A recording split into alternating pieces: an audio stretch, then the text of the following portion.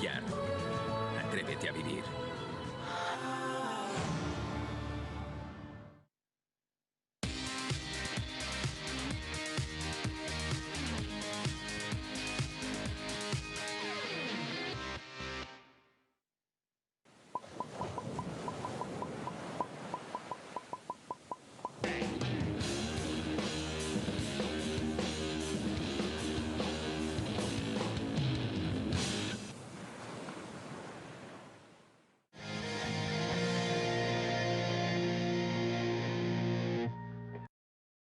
Pro Pantin Classic number 28.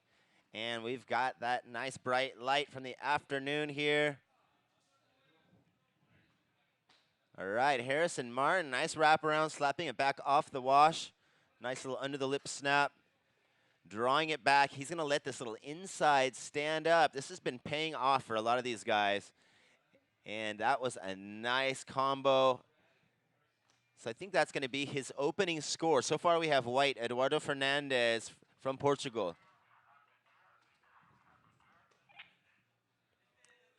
All right, so we're going to go down to our interview for the winner of that last heat.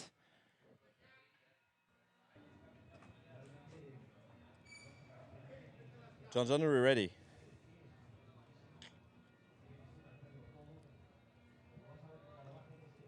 Ready for the post-it interview, guys?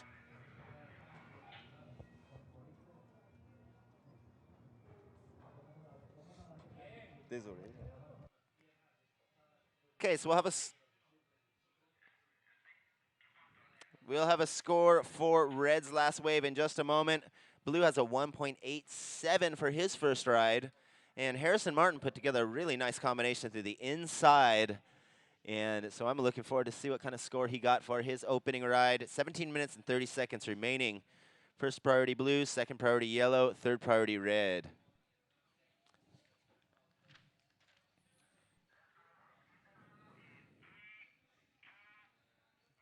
Here's our interview. Here we are with previous heat winner Andy Krier, recent finalist in Anglets. And we're going to do this interview in French. I'm going to translate it in the booth just a few minutes later. And Andy, salut à toi, mais bravo déjà pour ton passage dans ce round-là. C'est la première fois que tu surfais ici à Pantin. Alors, comment tu le sens ici sur les conditions? Mais la semaine de vagues s'annonce pas formidable. Ceci dit, il y a quand même des vagues à prendre et des scores à faire. Je suis content d'avoir gagné cette série, surtout que les vagues des séries d'avant c'était compliqué, c'était entre le large et le bord. Donc voilà, dès la première vague, j'ai eu quand même un bon score, donc ça m'a mis en confiance forcément. Normal. Après, j'ai essayé de refaire un petit score amélioré, sachant que Ruben derrière, je sais qu'il surfe très bien, qu'il a fait une bonne première série dans le premier tour. Donc voilà, super content. Mais en tout cas, ouais, c'est vrai qu'on t'a vu très agressif, très intensif sur tes manœuvres. En tout cas, on te souhaite une bonne continuation. Va te reposer, va te hydrater un petit peu pour la famille et les amis à la maison. Carrément. Merci à toi et puis bon courage, va t'hydrater, va te reposer, puis on se retrouve très vite. Bon courage à toi, mec. Merci. This is Andy Krier, the previous heat winner. Back to you, Ben. Woo! Yes. 16 minutes remaining. We have that first score coming in for red. It looks like a nice opening score. And here we have blue. Nice vertical attack on that first one, snapping it back. And just as the rest of these riders are looking for that inside reform, that one didn't quite do it. Just behind him, yellow. Tapping this one, working his way through. Throwing it way out on that next one. Hey, Ben, thanks for taking up the mic with me looking for Andy. I wanted to have his reaction and his impression of what happened in the water. He said it was a tough battle between him and Ruben. That's what happened. Yeah, he was sure Ruben has a strong and solid backhand as what he proved and showed us in his previous heat. But yeah, he said I took a good score in the early beginning with the 8-1-0, and then I just built my confidence around it, and that helped me a lot. Of course, equipment is a really strong part in this tougher condition in Pantin today. So yeah, he's really happy and really thrilled, and of course what he did last week in Anglet helped him to come here with big expectations too. So we wish him the best for the next to come tomorrow or the day after maybe, and we'll see. So back to Oh, business. What did I miss? He didn't miss anything, actually. Harrison Martin's score just came in, 4.03. And we have a score for Edward Fernandez, 3.77. That will be his backup score. And so we got some of these competitors lining themselves up for that next one. Oh, Just on the Martin. screen, and the beast marshal sent was Lucas Diaz from Brazil. He'll be in the next hit. Ooh. Harrison Martin's really taking advantage of this reforms. He's pushing his nose with the hand. That's so And classic. there's another factor because he is being able to go front side. He's able to dig his toes in a little bit and squirt himself across those little sections. And so he's been getting some really, really long rides all the way through the inside. And he'll have another nice score coming in soon here. While we let those scores come in, we have our official results from that last round. First place, red from France, Andy Crier. Yeah, I should have left that up to you. He had 14.60 points. Second place, yellow, Ruben Gonzalez, 12.33 points. Third place, blue, Kalani da Silva, 11.17 points. And fourth place, white, Nate Dorman from the USA, 7.27. And here we have yellow attacking this one through the inside. I'll be right back, Ben. See you in a couple of minutes, bro. All right, man. 13 minutes remaining. First priority white, second priority blue, third priority red. And here we have a score coming in for yellow. Two scores coming in for white. They don't look like they're going to reach his top two scores of 4.0 and 3.77. Nope. Second to last wave, 2.97. Last wave, 2.93. He still has a 4.0 and a 3.77. Harrison Martin, he is in second place. He has a 4.03 and a 3.23. He needs a 3.74. And third place, all right, yellow's score is in, 2.13. And so now one score only, yellow.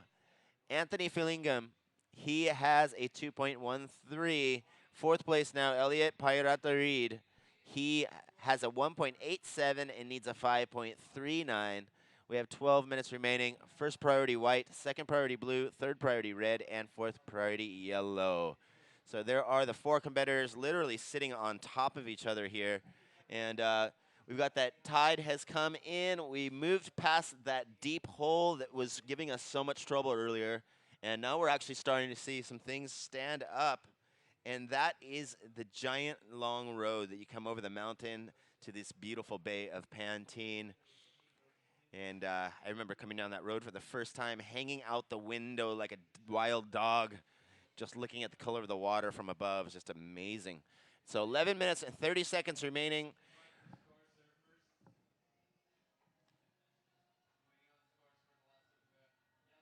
Okay, so we'll have another score for yellow coming in just a moment. 11 minutes remaining. First priority white, second priority blue, third priority red, and fourth priority yellow. These guys are next to each other, separated by about 10 feet. And as soon as we get that score in for yellow, we will give you a little update. He was in need of a 5.13 before that last one. And we have those scores starting to work their way in. Is it going to be enough? If anything, he's going to have a bigger top score. And here it comes, 10 minutes and 30 seconds. Another small score coming in for red as well. It doesn't look like he's going to reach his top two scores. All right, we have two scores coming in for yellow. And yes, it looks like we're going to have a change in situation as soon as those come in. Once again, he needed a 5.13. His second wave may not have reached that, but it's starting to look like his third wave may have. 10 minutes remaining. Second score for blue as well. Harrison Martin, red. Third wave, 2.93. That won't reach his scores of 4.03 and 3.23.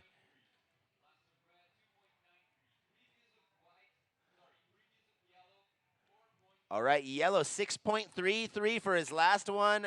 His second wave was a 4.73. He's now in the lead, 6.33 and 4.73. And here we have Eduardo Fernandez. He is in second place with a 4.0 and a 3.77. He needs a 7.06 to move into first. Third place, Red needs a 3.74. And fourth place, Blue needs a 4.90. First priority, Blue. Second priority, Yellow. Third priority, Red. We have 9 minutes and 15 seconds remaining.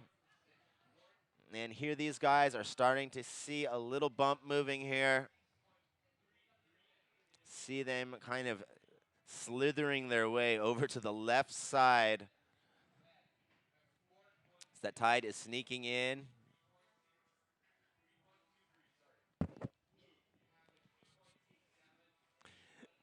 So we have that high tide coming in, and we have a little more wind on it once again. But yeah, we're starting to move to this inside sandbars that we love.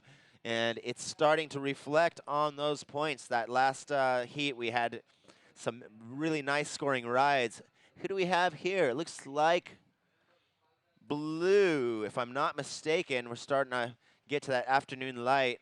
This is a nice attack on that one. He digs in a little bit too hard on that last one where it kind of end up in the deep spot.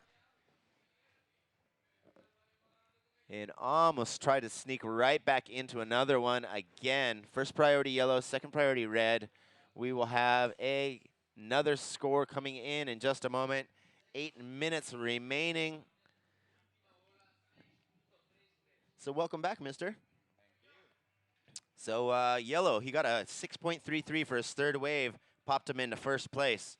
And so that is the update on what happened while you were out. I'm gonna tell you the truth. I was with Nate Dolman. I made him a promise, and I made a promise to some friends in Saint Clemeny, and because they hosted me for 2 months, okay, last year, and said, okay, we're gonna have some FaceTime, and with one of the guys in Saint Clemeny, they're such perfect family. Family, thanks to them for their love and just for their trust with us. We just met in the airport, and they were missing their flight, and we became friends in 5 hours. That's quite an. They let us use their car in California, and they let us use some surfboards, and we had some fun with them. And I said to myself, yeah, okay, Nate Dorman's here. I have to make some phone calls with them. Anyway, back to the live. Anthony Friggin from Costa Rica is up and running on his back, and whoa, nice finishing move there from Anthony. Yeah, these guys who have chosen the right ones, they have their option to get that little last bash in on the inside where it's popping up. And we're down to 6 minutes, 45 seconds. We still have a third wave score coming in for Blue.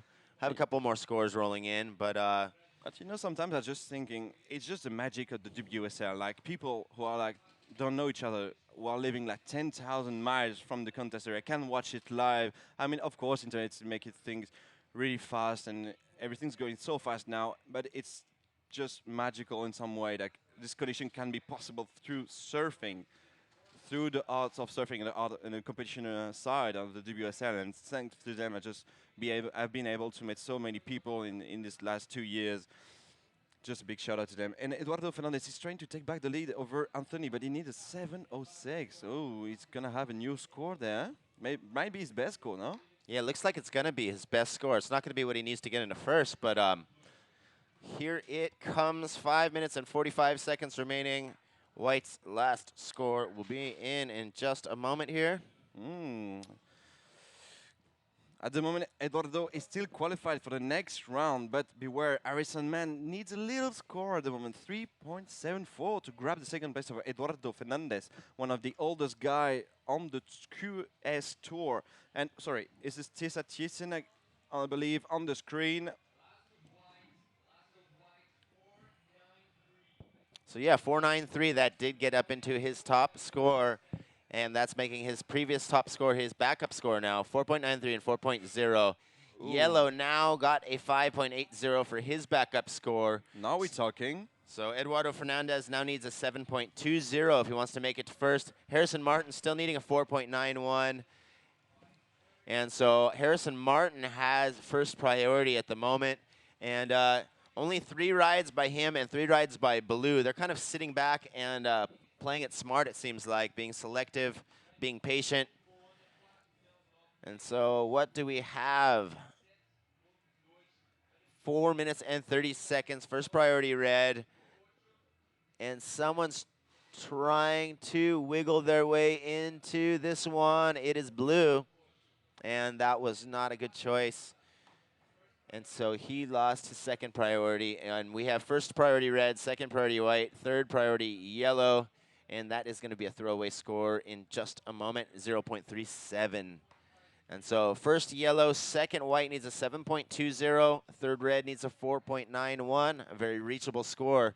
Fourth place, blue needs a 6.06.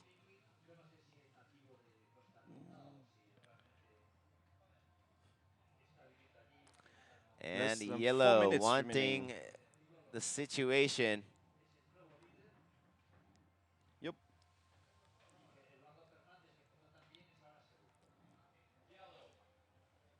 I think I'm gonna let you ask from the posted interview to Anthony Filgain, Eduardo Fernandez, or Elliot Paratared, or Harrison Mann. It's gonna be good to have you back on the photo call booth for the posted interview. You're such a I'll legend when you're take doing it. that. Have a Oh, good time, man. I like all these guys. yeah. 3 minutes and 15 seconds. And yeah, some small scores. We haven't had really pleasing conditions in this last quarter of this heat. As the tide is moving up really quickly, though.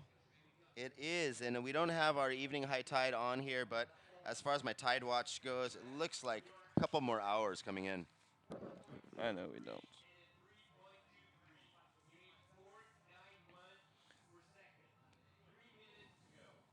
So Red getting his little update on the situation. He is now aware that he needs to chase down a 4.91 to make sure he qualifies for this heat. 2 minutes and 35 seconds remaining. And blue, he needs a 6.06. There you see him on the bottom of your screen. So these guys know they're starting to run out of time, and the hustle is on. So Red is kind of sitting tight. He knows he's holding on to first position, knows there's not a lot of time, so he's not going to act too quickly, pick off something, and then not give himself enough time to paddle back out and possibly get something that he should have waited for. So we're getting close here. Yeah, but Eduardo is still in danger because Harrison Martin just need a little score, 4.91. That's just, he can easily grab it. I mean, he only has a 4.03 and a 3.23, but I think he this is going just below to the average. attempt that now. Here we go. Here it is. Yeah. Take off, slashing it back. Ooh, That was a nice deep one. Oh yeah. Really committed turns on that one. He That might- needs to make it over this little chunky spot. That might be dangerous even with these 2 turns for Eduardo Fernandez. The only thing working in his benefit that is paddling back out to the lineup only takes about 10 strokes since we're so close to the beach. 1 minute and 30 seconds remaining. First priority white. So we'll have another score coming in for Harrison Martin. Is it going to give him the 4.91 he needs? I'm not sure, but yeah, let's see what happens here. First priority white, second priority red. Third priority yellow, and fourth priority blue. And there's Australian Mitchell James and Saxon Lumsden. They traveled over here from Australia together. We have- Elliot tried to take this one, but body language doesn't look good for him. Even So- if he needs Yeah, yellow had a 2.07 606. throwaway score for him. And Harrison Martin still wants to hear what he got. He needed a 4.91. We're down to 30 seconds remaining, so let's see what happens here. Winds are calming, picking up, calming down. All right, this is a stressful moment. We're down almost to our last 15 seconds. And this is pretty much going to be the last chance for someone to get a score. oh, Eduardo is up and running, taking his priority. And blue playing it smart, splits the peak with him, even though it's not a great wave. Might be. I don't wish it, but there might be an indifference on blue over white. And red is up and running on the inside section there, Wow. on the baza.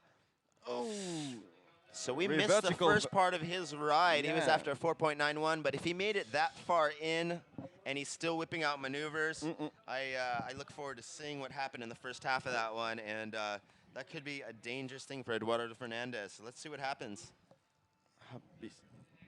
So we're gonna be on standby for a lot of scores. Last of white, last of red, and another one for red. Last of red, 3.97, but still waiting for another score for red. He still needs a 4.91. Harrison Martin on your screen is still third at the moment, but we are waiting for some scores to come.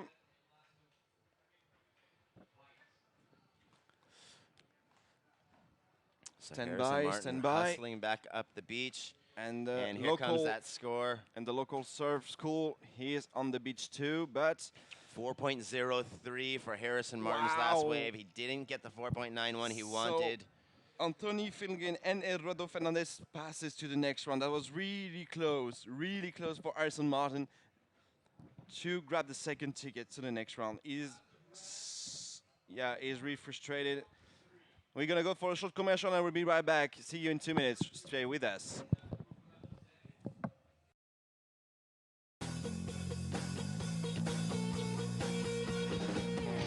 Quiero salir, quiero llegar, quiero probar, quiero estar fuera y quiero entrar.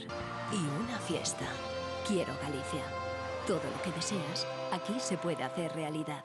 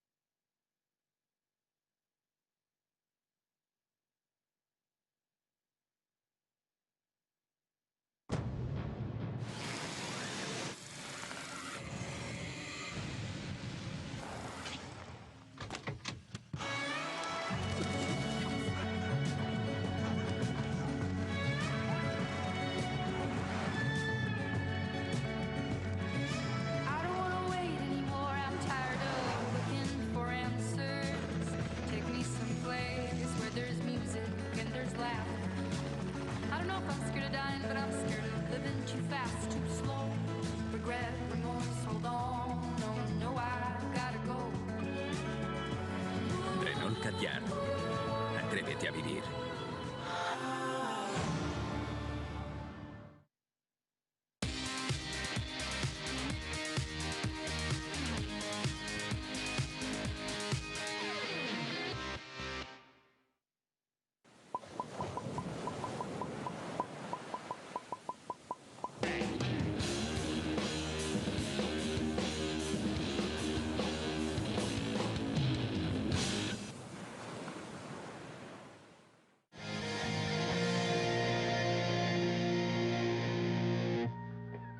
Back, it's on in heat number 8, round 2 here at the Pantin Classic Galicia Pro, 28th edition this year, with heat number 8 composed by Jake Davis in the red jersey from the USA, Kaina Barretta in white, Matthew Maguire from Safa in South Africa in yellow, and Lucas Diaz from Brazil in blue.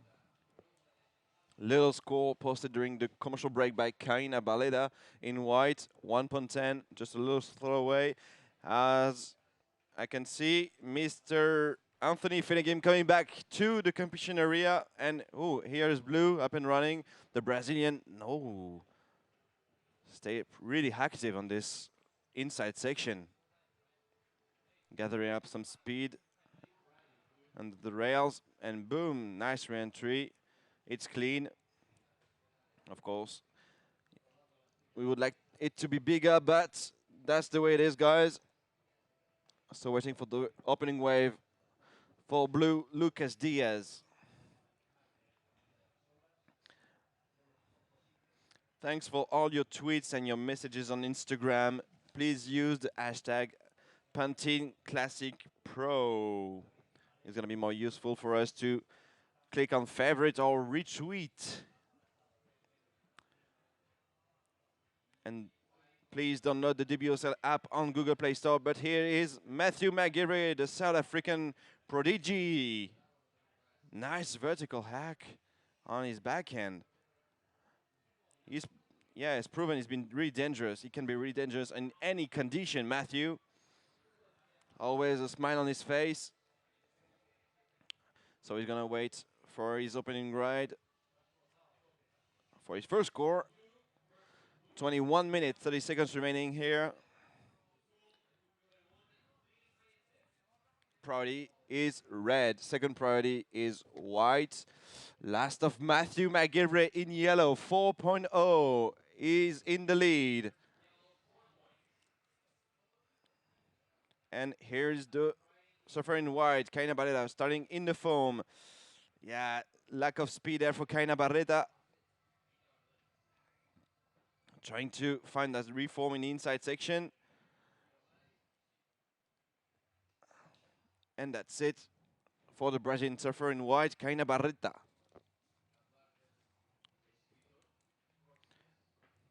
As Chris Cab is ringing in the competition area. Music is so good here in Pantin.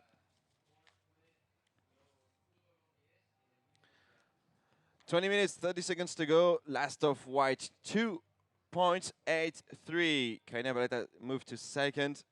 He needs a 1.18 to move first. But Matthew McGillivray, who's in first place with a 4.0, has only one wave at the moment. He's looking to build his backup. He has third priority.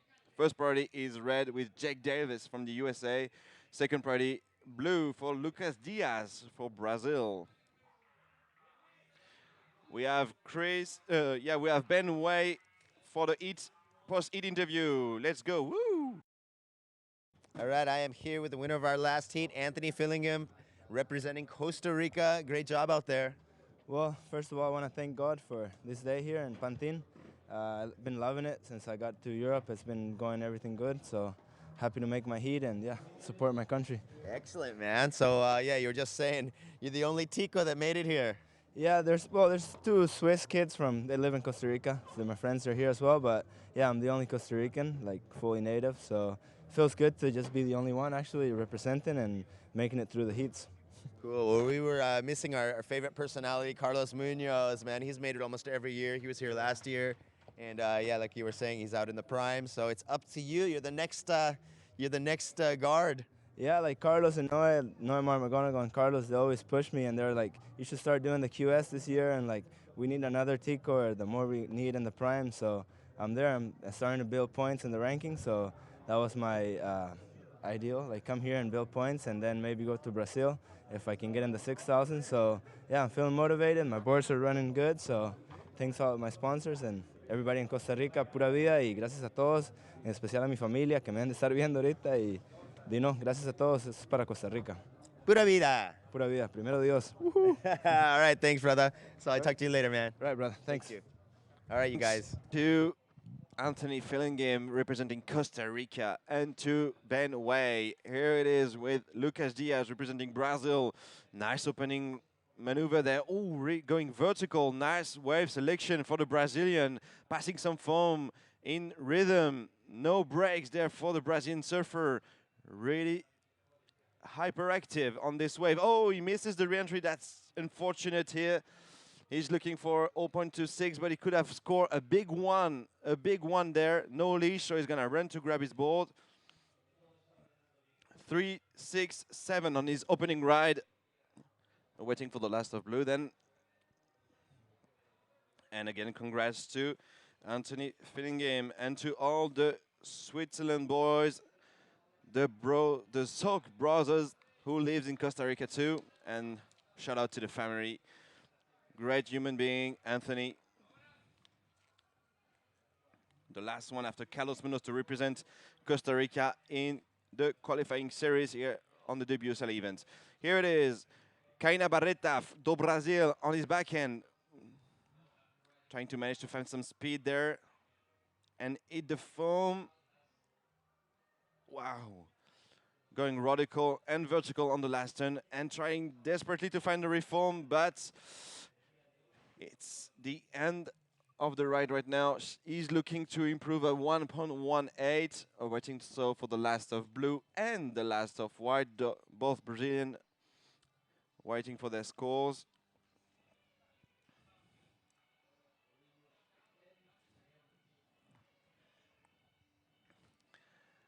Jake Davis gonna post a good opening score there. 4.07 for Jake Davis. He simply moved to the lead in front of Matthew McGillivray in yellow. Third is Kaina Barreta, but waiting for the last of white and the last of blue. So situation might change again. 16 minutes and 20 seconds remaining here in heat number 8, round 2, here at the WQS 1500 Pantin Classic Galicia Pro 28th edition. And it's so good to be here.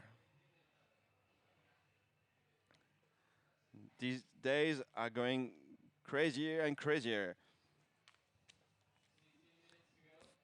Thanks to all the people watching the live, and my minds go to all of them who cannot be there and wish to be there.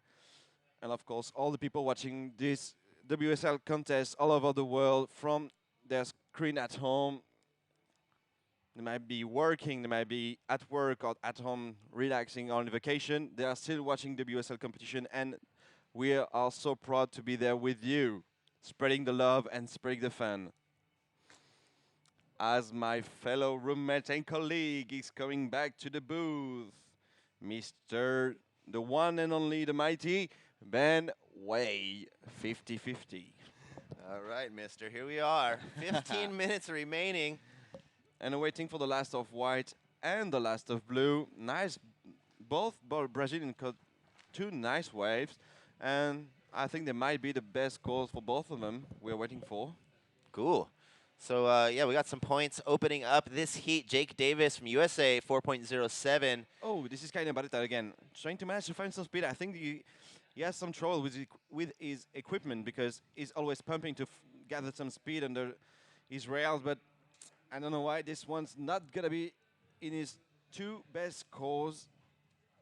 It's been really shy, really flat. Yeah, that tide's getting higher and higher, too. So it's those previous heats, we're seeing those little stand-up reforms on that little shallow section. Now it's starting to fill up a little bit. It's, yeah, they're in the shore break now. It looks like Blue is up. Blue Nice, getting a good nice one here. Good speed here. Nice flow. See, he's not pumping that much to find some speed and throw him into And the air game. Wow. Nice little front side pop on the inside. Lucas Diaz from Brazil. So before that, he had a 3.67. Matthew McGillivray had a 4.0. Kaina Barletta, he had a 2.83 and a 1.10. And Matthew is up. Matthew is up on his backhand. He has to find a decent backup to a 4.0. Oh, he's got caught by the lead, trying to pass the section. Oh, he found his way through there. And behind, red is up too. Oof. Jake Davis. Just getting busier. Still waiting for a lot of scores. Judges have some work to do. So not a lot of waves so far. I mean, we're a good 12 minutes into the heat. So far, we only have a couple scores in. And we'll have a couple more coming in from those last 3 rides. These guys are keeping the judges busy. And when you get to these shore break conditions, it gets that much harder. And so that just on your screen just now was Joao Guedes. He will be in the next heat, Heat 9 in blue. With the voice of God. Yep. God Aldrich will be there. And God is with us today. Look at this spot, emerald green colors. Even if the sun is quite shy today, I mean, we're so blessed to be here today with you. And another day with no rain. We're loving it, man. This is Oh, great. yeah, definitely. After the rain we had on the road, wow. We thought it would be raining every day here, but this microclimate here surrounding Pantin, it has something magical and divine. I love that. Oh, you're really digging into the dictionary. I love it, man. Thanks. I'll hold my English to some people I love in California, though. Anyway, Kaina Barreta. Cool. He made it over that section. A quick little tap. He's always trying to find some more speed, Kaina, but he managed to find some nice re-entry and nice vertical maneuver, though. So one way lead to another, he might find some decent score at the end. Let's see what the judges decide. They're still waiting for, 3 scores for Kaina Barreta to be precise. 2 scores for Lucas Diaz, 1 for Matthew McGillivray, and 1 for Jake Davis. Judges are so busy right now.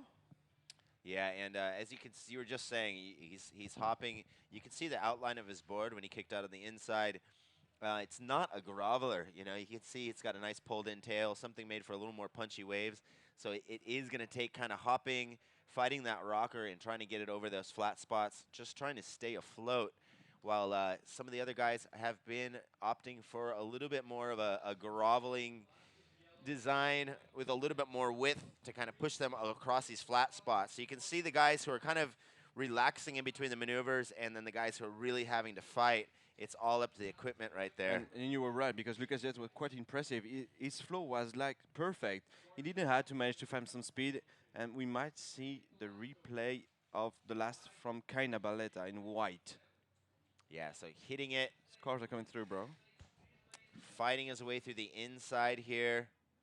And so this got him a 3.67. Yeah. Okay, so here we... we're still waiting for 2 more scores for Kaina.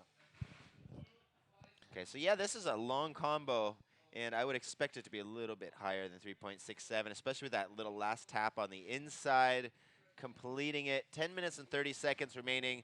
Once again, we will have some more scores coming in just a moment. First priority blue, second priority yellow, third priority red, fourth priority white. And while the judges are deciding the scores to give, can you tell us about Guy Sato? Guy Sato. Guy Sato. Sorry, no worries. Guy Sato. Because I'm sure people in Japan are listening to us. Definitely. Yeah, Guy is a really, really nice kid. And he did amazing through our juniors. He's been in the WQS over there in Japan. And starting to get a little more world travel under his belt. He's a Volcom rider, and he's a goofy footer. So that's one thing with these little lefts on the inside, as we were saying earlier. The regular footers and the goofy footers have an entirely different approach when it comes to this long little wall. True. And especially fighting across, trying to make speed, linking maneuvers. And so, yeah, a goofy footer is going to be able to get up on their toes. He's a light and quick surfer, too. So, yeah, these conditions aren't great, but the... does he like the end game, too, Guy Sato? I'm sorry? Does he like the hair game, too? Yeah, no, he's great at airs as well. I've seen him involving in, like, I know he's throwing some nice airs sometimes. Yeah, no, he's really light on his feet. And this is one of the few rights that we've seen. And so that's another sign. Yesterday afternoon, we started to see those rights turn on. True. And so that just shows you that the tide is pushing in more and more. And 9 minutes remaining. We've got a few scores rolling through. We're going to let those scores roll in. We'll give a little update and situation. So far, at the moment, first priority red, second priority white. 8 minutes and 40 seconds remaining on the clock. And there is Joao Guedes stretching out. And another no-leasher. And now it's really making sense, because no need. I mean, you're doubtful to lose your board off the takeoff. If you lose your board at the end of the wave, you only have to walk about 5 feet to pick it up. So, yeah, reduce that drag, make it easier to connect to the inside. 8 minutes remaining. So far, Lucas Diaz has a 5.50 and a 3.67. Matthew Gillivray, he has a 4.27 and a 4.0. Red, Jake Davis was waiting for a hoping for a 4.21, and his score is coming through 6.0 for Jake Davis. That puts him in first place now. He has a 6.0 and a 4.07. So we will have some more scores coming in for Blue. Blue now needs a 4.58 to move into first place. Matthew Gillivray, he needs a 4.91. We have another score coming in for him. It doesn't look like it's going to be that. 4.07, so that pops up his backup score. He's in third place, needs a 4.91. White is in fourth place. He needs a 5.50. First priority red, second priority white, third priority yellow, and fourth priority blue. 7 minutes and 10 seconds remaining. And we have another quick little lull in the sets. Yeah, and I just read an article yesterday night about Taylor Knox, the fresh retirement. No, he retired from the ISP a few years ago, And yeah, it was called ASP. It's a former. The WSL is a former ASP. So back in the days, he was surfing for the ASP WCT, and he retired. And then he just started a study to see the impact of the leash traction on a wave, and he managed to find with mathematics that a leash in a barrel is dragging 5 pounds behind you. You're dragging 5 pounds of water with for a 6 foot leash. That's interesting. That's Yeah. a great bit of information there. And there is an article about it, and he was really concerned about the impact of the leash on surfing. And so this is understandable what the guys today were having no leash at all. No, that's definitely a huge thing, and And he do the math. That's what the dude, crazy that part is about so it. cool. Yeah, that's really getting into the physics of the surfing, and when you notice when you're in small waves and when you're popping airs, that leash is what's holding your tail down, and you're having to drag that through the water and out of the water when you want to try and push that tail out. And Plus, so you said about the scratch on your yeah, on your the cuff on the your cuff. ankle, that's slowing you down when you're taking off. When you're paddling, that's dragging in the water. So yeah, that's a pretty substantial amount of drag that you'd want to reduce, especially in these small conditions. True. And last score for Matthew McGillivray in yellow is not enough. He was looking for a 4.71. He just got a 4.47. Back to work again for Matthew McGillivray. He has to find a nice gem to land some proper score, and I hope to find at least 4.71 in the 5 dying minutes of this heat number 8 run 2. Yeah, this is you can tell by the way these guys are hustling now too. And we still move again on the left. That's why the judges could take some time to see the waves, because from where they're positioned, from their position, it's really hard to see the whole and the full length of every turn and every wave. Understand down. Scores coming in for Blues. Previous waves, fourth wave 0.67. That's a throwaway. And fifth wave 2.30. One more small one. 0.50 for his last one. And 4 minutes and 30 seconds remaining. First priority red, second priority white, third priority yellow. Jake Davis is in the lead with a total of 10.07 points. Lucas Diaz now needs a 4.58. And third place, yellow. He needs a 4.71. Fourth place, white needs a 5.50. So here's the priority at the moment. First priority red, second priority white, third priority yellow, and fourth priority blue. We have 4 minutes remaining. And there is our beautiful bluff with the gallery. And they are on their smartphones. They're enjoying the sun, stretching out on the grass. And we still have this really nice weather. And so we were told before we got here, there was about a week of rain. And just like magic, the clouds have levitated. The sun is peeking out various times through the day, even though we have some pretty heavy clouds. And we also have that north wind. That's helping to kind of clear the skies just a bit as well. 3 minutes and 30 seconds remaining. And so we are getting ready to get our Heat 9 paddling out. We are down to 3 minutes and 15 seconds. All right, here goes Lucas Diaz taking a look at that one. That wasn't what he wanted. And so he is back out into position.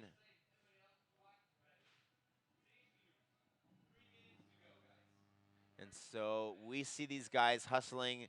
Red, Jake Davis was doing a little meerkat peek, looking for the set coming through. He saw this on the horizon. See how it works out for him. Nice little underlip snap, making sure he doesn't push too hard. He knows he needs to get over this little deep section here.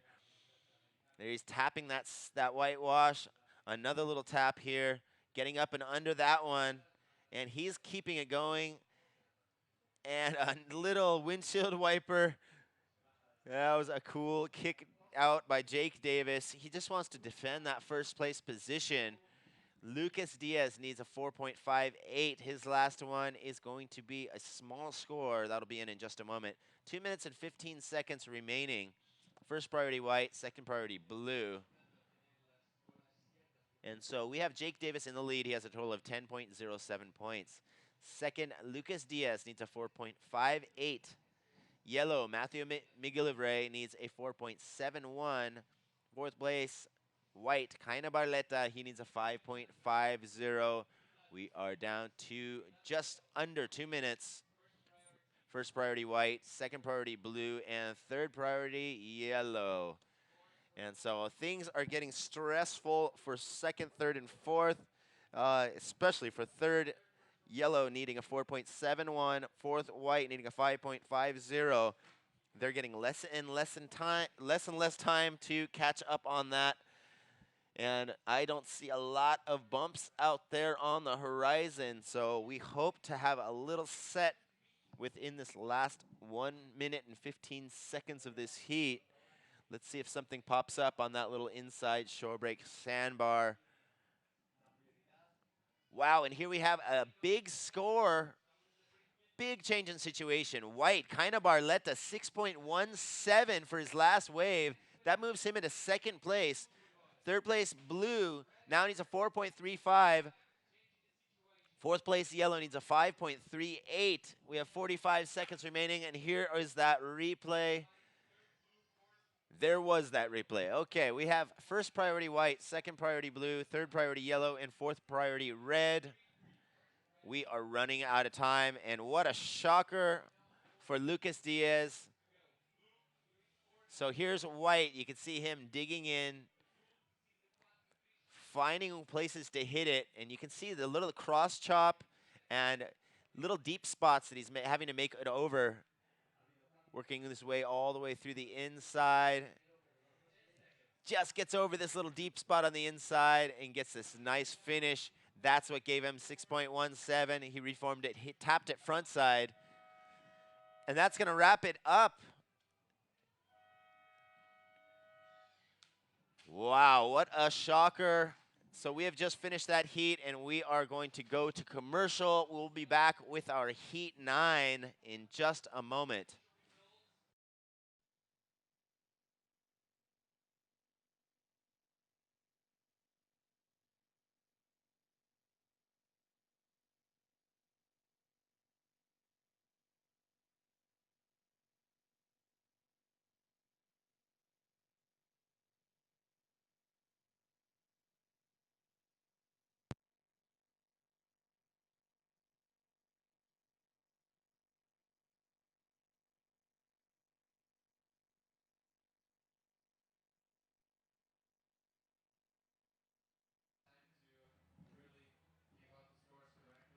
Looks like we're back in action.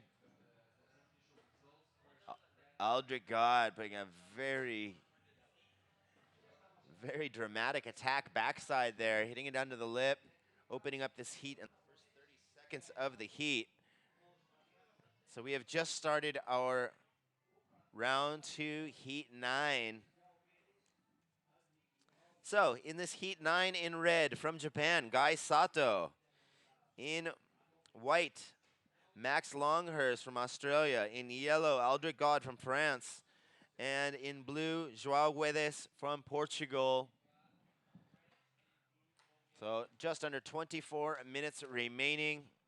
We are just 1 minute in. So far, one wave ridden. We'll have the point coming in just a moment. And so who do we have here on the inside? We're starting to get to that lighting where it's really hard to tell who is yellow and who is red. All right, replay from yellow. Really just stretching it out, putting all of his effort into each turn here. And nice vertical finish on that one. So we'll have that score coming in in just a minute. Third priority yellow, fourth priority red. And so I missed red's first wave. He must have a score coming in as well. 23 minutes remaining.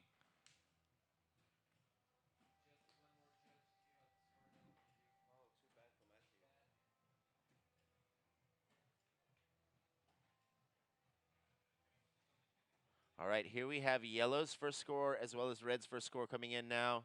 We've just gotten things started.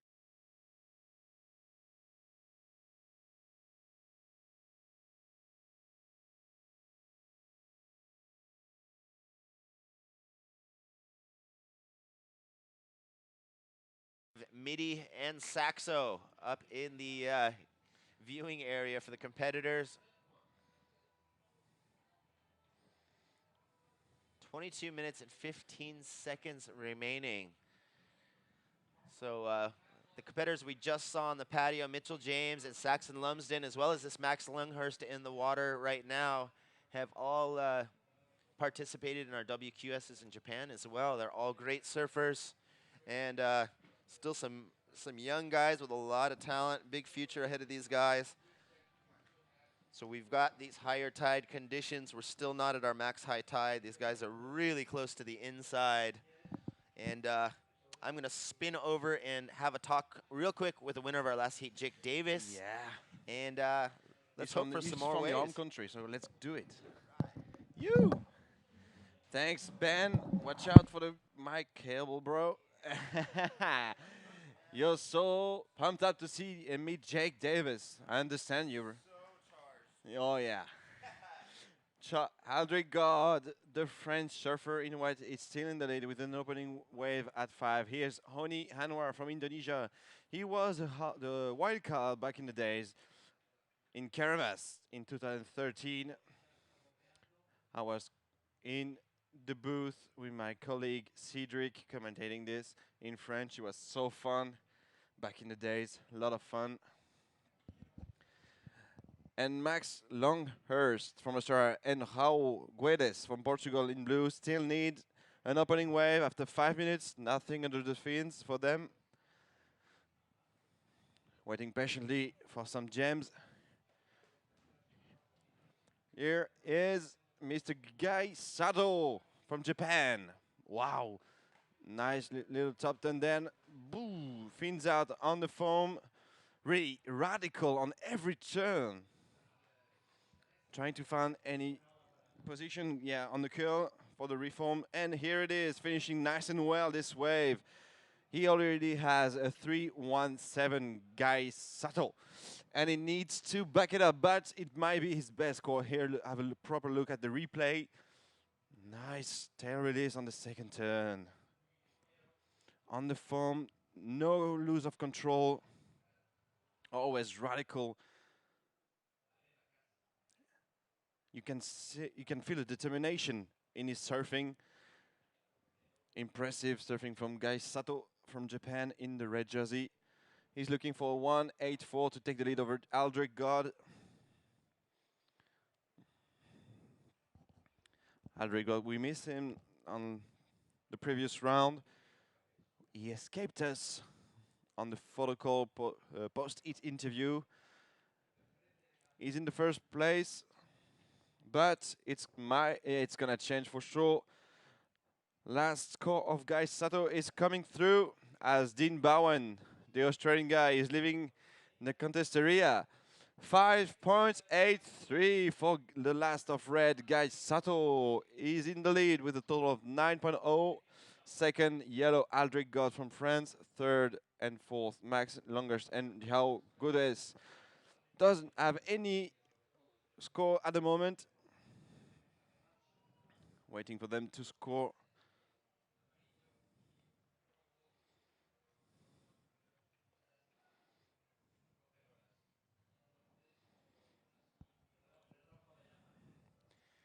$18 minutes, 30 seconds remaining here.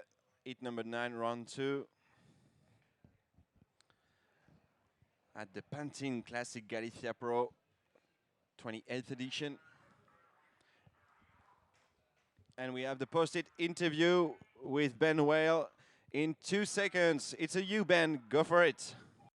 For the winner of our last heat, Jake Davis, coming here from San Clemente, California. And welcome to Pantin, Jake.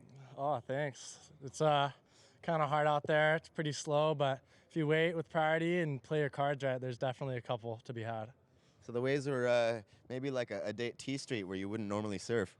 Yeah, usually I don't really surf these days. I usually watch my friends like Kevin Schultz. He usually will go out in anything at T Street and just grind it. So I had to really make it happen then. Yeah, it was. I'm sure you've been sitting there watching it, but a few heats earlier, they had that big deep spot where the waves would just fizzle out. And it was lucky, I think it was one heat before yours, where it started actually popping up on the inside. You guys getting those little stretchers to the inside. little last chance on the in the shore break. So bet you're happy to at least have a little bit of face to work with something that semi stands up. Yeah, I mean, me and my coach, Dave Schauber, were definitely checking it out this morning, watching, and we could definitely tell that the low tide, there was a big hole, and we figured that we were going to get a good tide for our heat finally. The past 3 or 4 events has really been bad for us, just in every situation, just not gone our way. So it's been pretty nice to have everything come together in a heat for once. Yeah, no, it definitely all came together as far as timing, and then like we were saying earlier, there's not that much swell to change the sandbars, so you're able to kind of stick with the same plan day to day as the tide moves.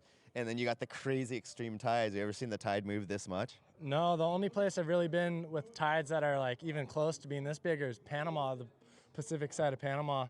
But this is unbelievable. I've never seen anything like this. And I was talking to Richie Collins earlier about it, and Lacanau is kind of like this the same way. Like the sand's really shallow, really far out, and there's a lot of weird like holes and stuff. And Anglet, the last event, wasn't anything like that, and this is totally different than all both of them. So it's really difficult when the tides are all over the place.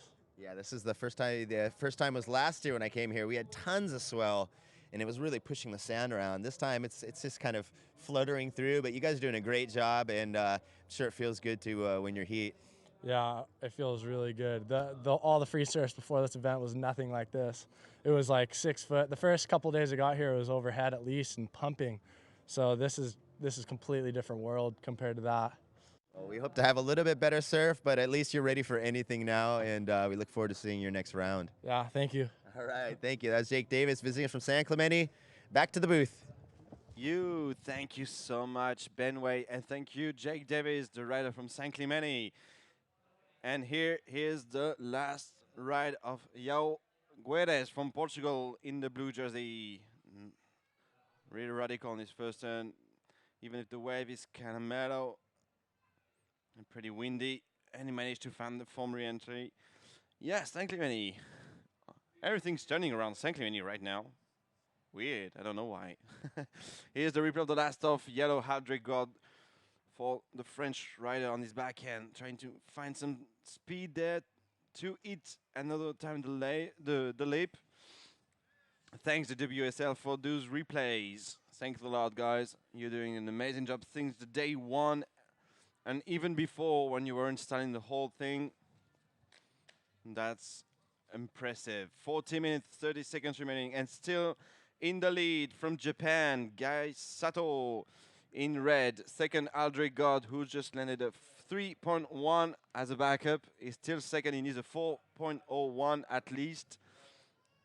Third, João Guedes from Portugal in blue has landed a 3.4. He needs a 4.71. And last, Max Longhurst from Australia in white still needs a score, but I can't see him right now.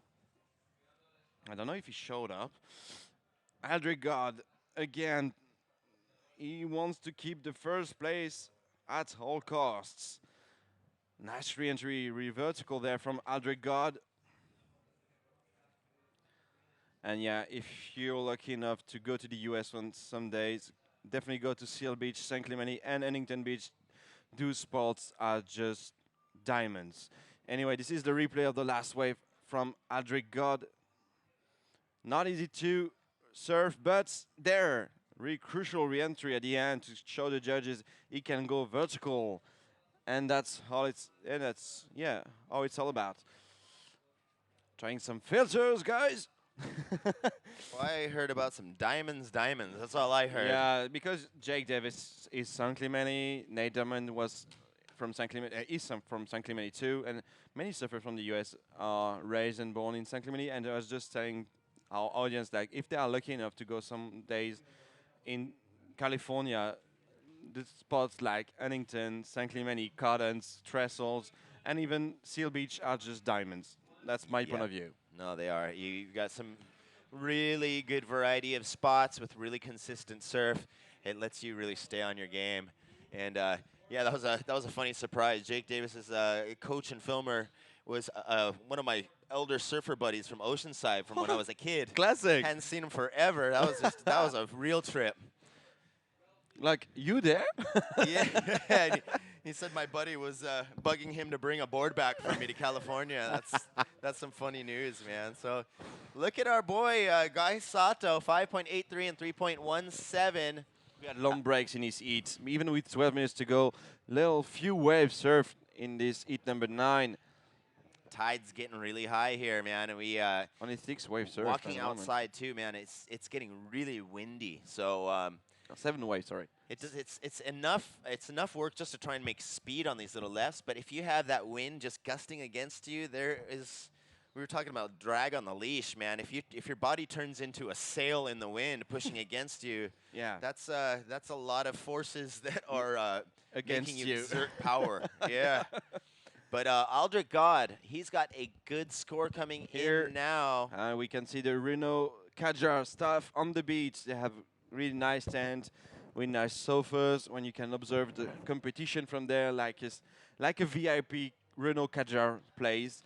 This car is made to go on every road and every track possible, even sand. And they are demonstrating the car since day one here, and everybody's pleased with them. And there it is. Max is gonna start with a 2.13 opening wave from Max Longhurst. He's been really quiet for 15 minutes, but here is, I think it's yellow. Yeah, it's Aldrich God again, who took the lead back to Guy Sato. Nice backside surfing there from Aldrich God.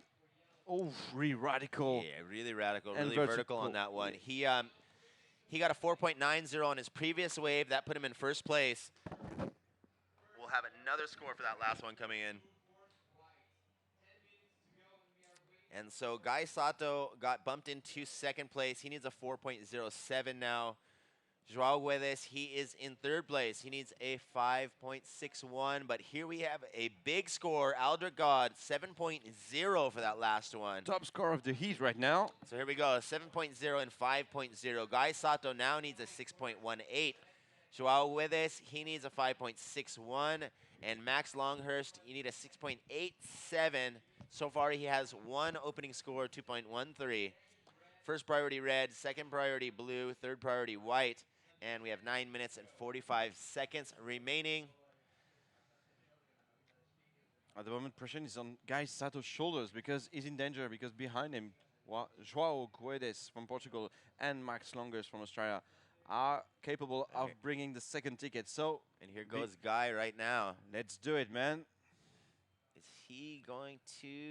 He's still Man, paddling. he had to paddle about 400 yards just to get into this, but he does have this little inside to deal with. And look at him making tons of speed on this tiny little wave. Big front side below tail on the inside. And so, yes, he is on his air game as well. 9 minutes remaining. First priority blue. Who do we have here? This is blue. Joao Guedes. Joao Guedes. I don't know. Joao. Yeah, it's Joao Guedes from Portugal. Taking tons of speed too to manage to find a clean section on this left. Wow, man. These guys are putting it all out there. These are some small conditions.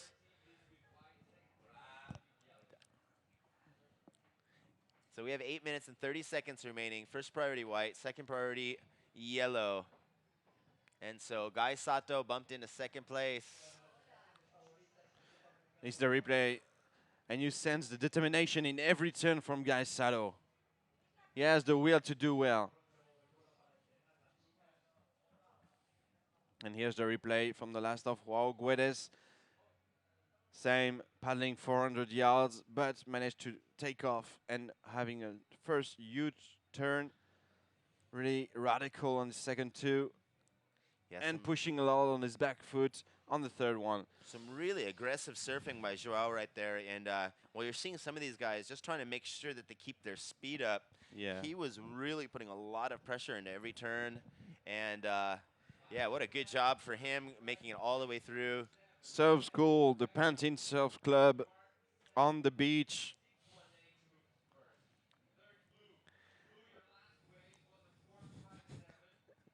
Oh, there we have our Kadjar Surf Experience Surf School, I think That's it is. classic. Yeah.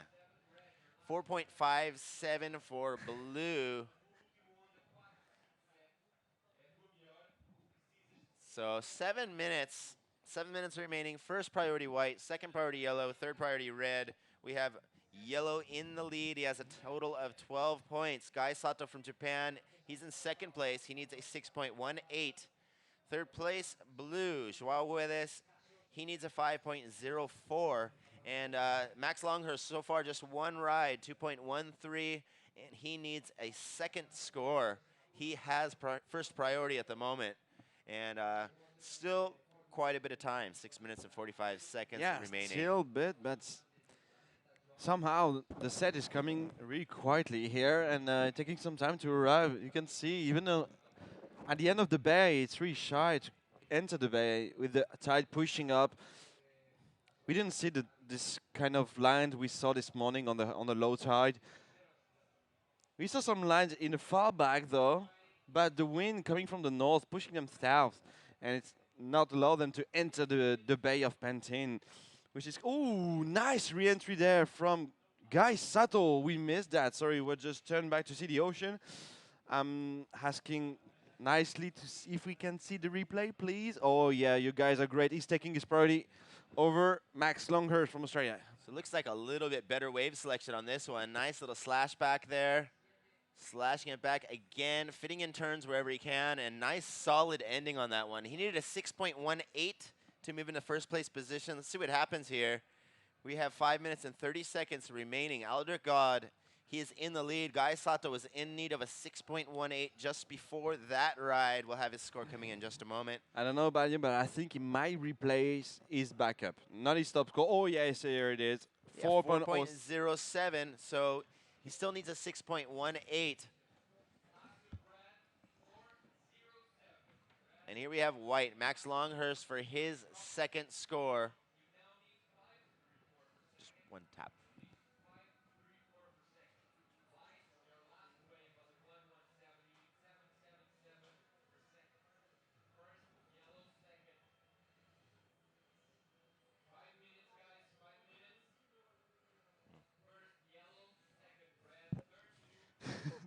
What did I do? Oh, All right, we have 4 minutes and 40 seconds remaining. And so once again, Guy Sato's last wave, 4.07. Joao Guedes, he had a 4.57 at 3.40. He needs a 5.34 to move out of third place. Max Longhurst just got a second score, 1.17. He needs 7.77 points.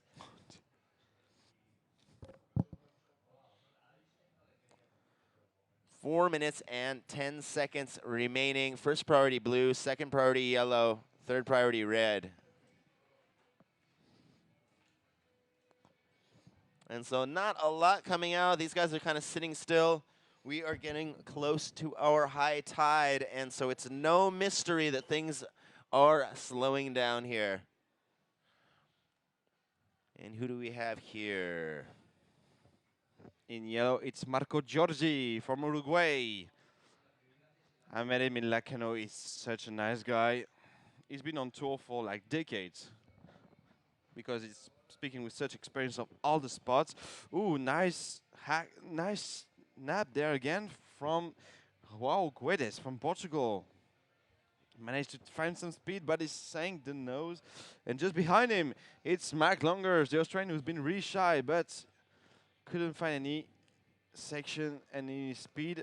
So first priority red at the moment. Okay, 3 minutes remaining. He needs a 6.18. Guy Sato. I had that problem with a T, right? No, no problem. 3 minutes remaining, as you said, and priority is red. So an open eat again, even if Aldrich is in the lead. Guy Sato. Okay, this is a little bit bigger wave here. Oh. Nice, drawing it back. He's finally got some face to work with. Slashes on someone's head on that one. Roundhouse. Here we go. Now we're getting that inside. This is one of the better waves we've seen of this heat. Slashing this one away and throwing that one on the inside. That was a pretty solid combination. He needed a 6.18. 2 minutes and 20 seconds remaining. He might take the lead over Aldrich, Guy Sato, and I will be pleased to Prior- hear you interviewing in Japanese and translate at the same time. Yeah, that's going to really break my brain. First place, white. Second place, blue. Third place, yellow. We have 2 minutes remaining. And, yeah, I'm sure Guy Sato is going to be curious to see what he got on that one. And, yeah, he needed a 6.18. And now, considering the size, that was one of the bigger waves of the set. That's why. A lot of open face for him to, I mean, we haven't seen too many people able to do a nice big roundhouse and bank it back off the whitewash in a while. And Okay, so, I'm gonna be honest with you. I don't know how tall is Guy Sato, but he has a wave shoulder to head high. That was really interesting, right, to see. And he was really radical, and in every turn, you can sense, you can feel his determination to do well and to push to the limits, to push the pedal to the middle, as you were saying these 2 days. So yeah, he pushed the danger button 2 minutes ago, and I do think he could get the score. This is my advice. I'm not a judge. It's in the judges' hands, and I repeat, they are not listening to us. We are completely separate from them, and it's gonna be a huge score coming through for Guy Sato 7.40 for Guy Sato. with 50 seconds to go. 50 seconds, that is putting the hustle on everyone. So Oh. Guy Sato just took the first place position over Aldrich God, 7.40 points. And yeah, that was a long, solid combination, very nice rhythm. And You might be so happy now to hear from Diogo that he is in the lead. yeah, probably, man. And so here's that replay. Just really like nice and relaxed Just here. over Joel Aguedes. Here is me. And the roundhouse, yeah, the variation of maneuvers. I like the little double tap on that roundhouse. He left himself enough time for this to stand up here. Throws the fins out on the inside. And so radical on every turn. Damn it. So Darn 5 it. seconds remaining. And you're gonna go grab him to the post-it interview, my friend. Okay. I think it's on you. If it would have been Aldrich, I would have gone there with pleasure. But it's Guy Sato who has got the win in this heat number 9, round 2 here at the QS 1500 Pantin Classic Galicia Pro. Next heat after the commercial break. See you in 2 minutes. Stay with us.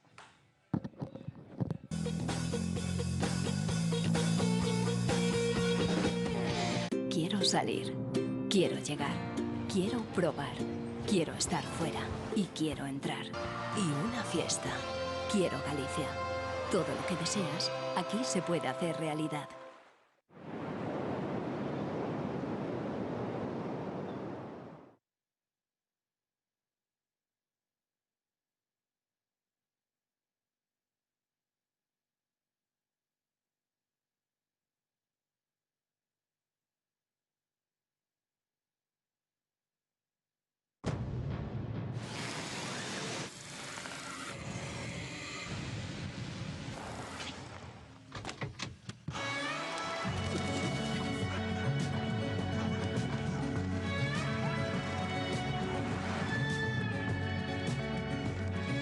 I don't wanna wait anymore. I'm tired of looking for answers. Take me someplace where there's music and there's laughter. I don't know if I'm scared of dying, but I'm scared of living too fast, too slow. Regret, remorse, hold on. No, no, I gotta go. Renault Kadjar. Atrévete a vivir.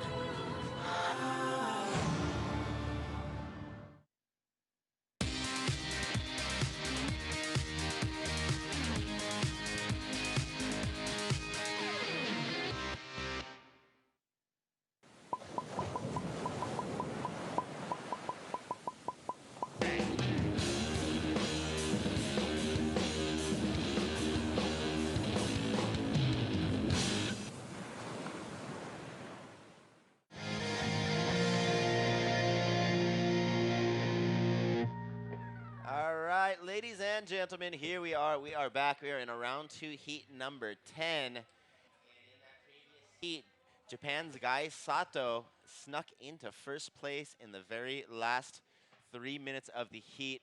And so we have just moved into our heat number 10. In this heat in red, we have Tiago Guimarães from Brazil. In white, Tereva David from Tahiti. We have yellow, Marco Giorgio from Uruguay. And in blue, Liam Mortensen from Australia. And so 22 minutes and 30 seconds. We already have one ride up in the first 2 minutes, and it is Tereva David in white. He got a 3.50 for that first one. First priority yellow, second priority white, third priority red, and fourth priority blue. And so, yeah, we have this high tide conditions, a lot of deep water. These guys are sitting really close in. And here we have red kind of hovering around this one. He doesn't know if he wants to take it or not. And we have blue going against priority on this one, slashing it back. And you can see that deep water making it really difficult for these guys to make it through to the inside.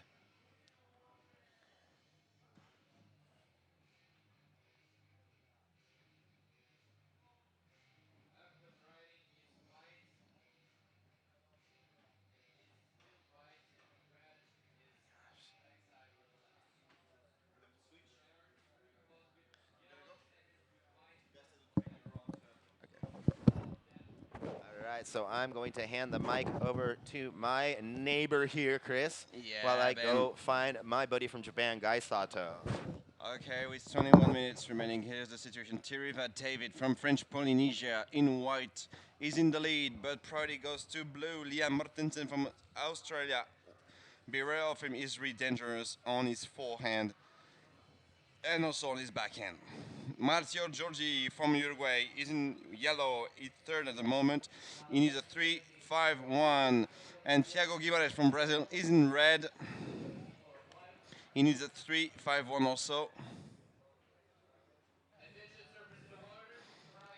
20 minutes, 40 seconds remaining. Only one score posted by Tereva David.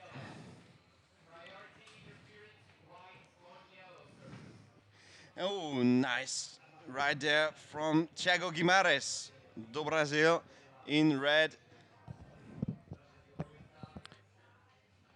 Running to catch the board and then goes back to the lineup. Interesting opening right there for Thiago.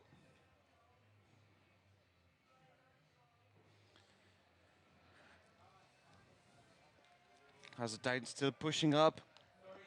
Some lines are coming through in the bay of Pantin.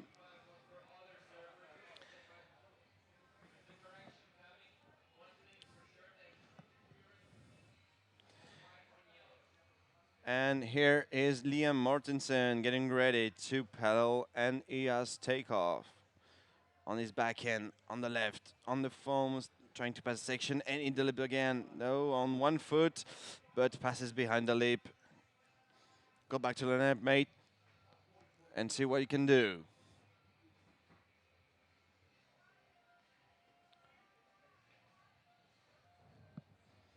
Heat number 10, round 2. Still plenty of time, just under the 20 minutes bar.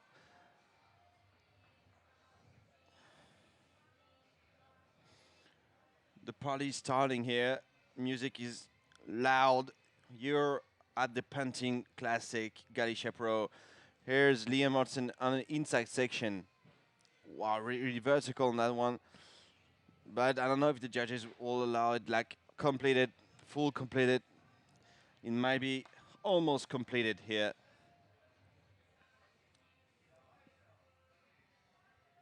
All the Japanese crew is waiting for Guy Sato. Congrats to him. He won the previous heat and is gonna be on the protocol post-heat interview with Ben Wei, because Ben lives in Japan and he can speak proper Japanese. Here is Thiago Guimarães. Nice little float there and a great snap there. Foam climb and re-entry, but on the sand it's really tricky to land. Just behind him, Marco Giorgi started to paddle, but he lost priority there. Miles Kane is waking up everybody on the competition area.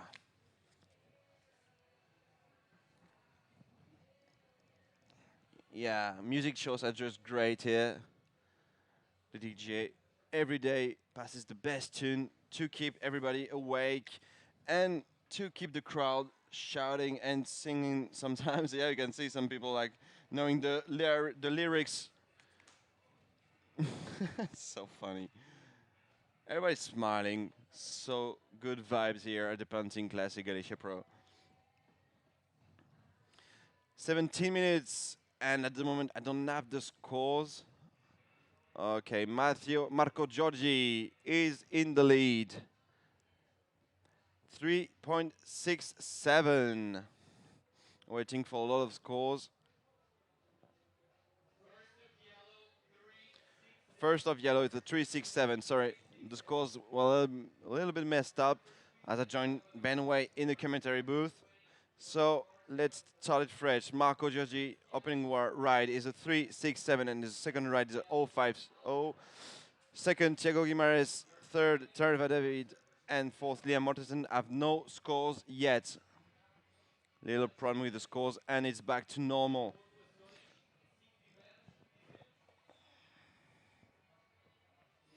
Guy Sato is running down to the hill to grab a ball to join Ben Way in the photo call for the post-heat interview.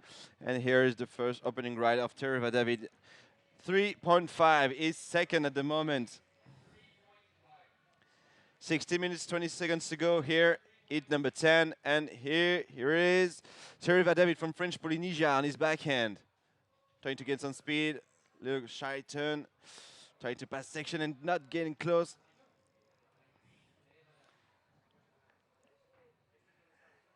It's going to be a low score for Terva David. 50 minutes, 50 seconds remaining here. Everybody's warming up.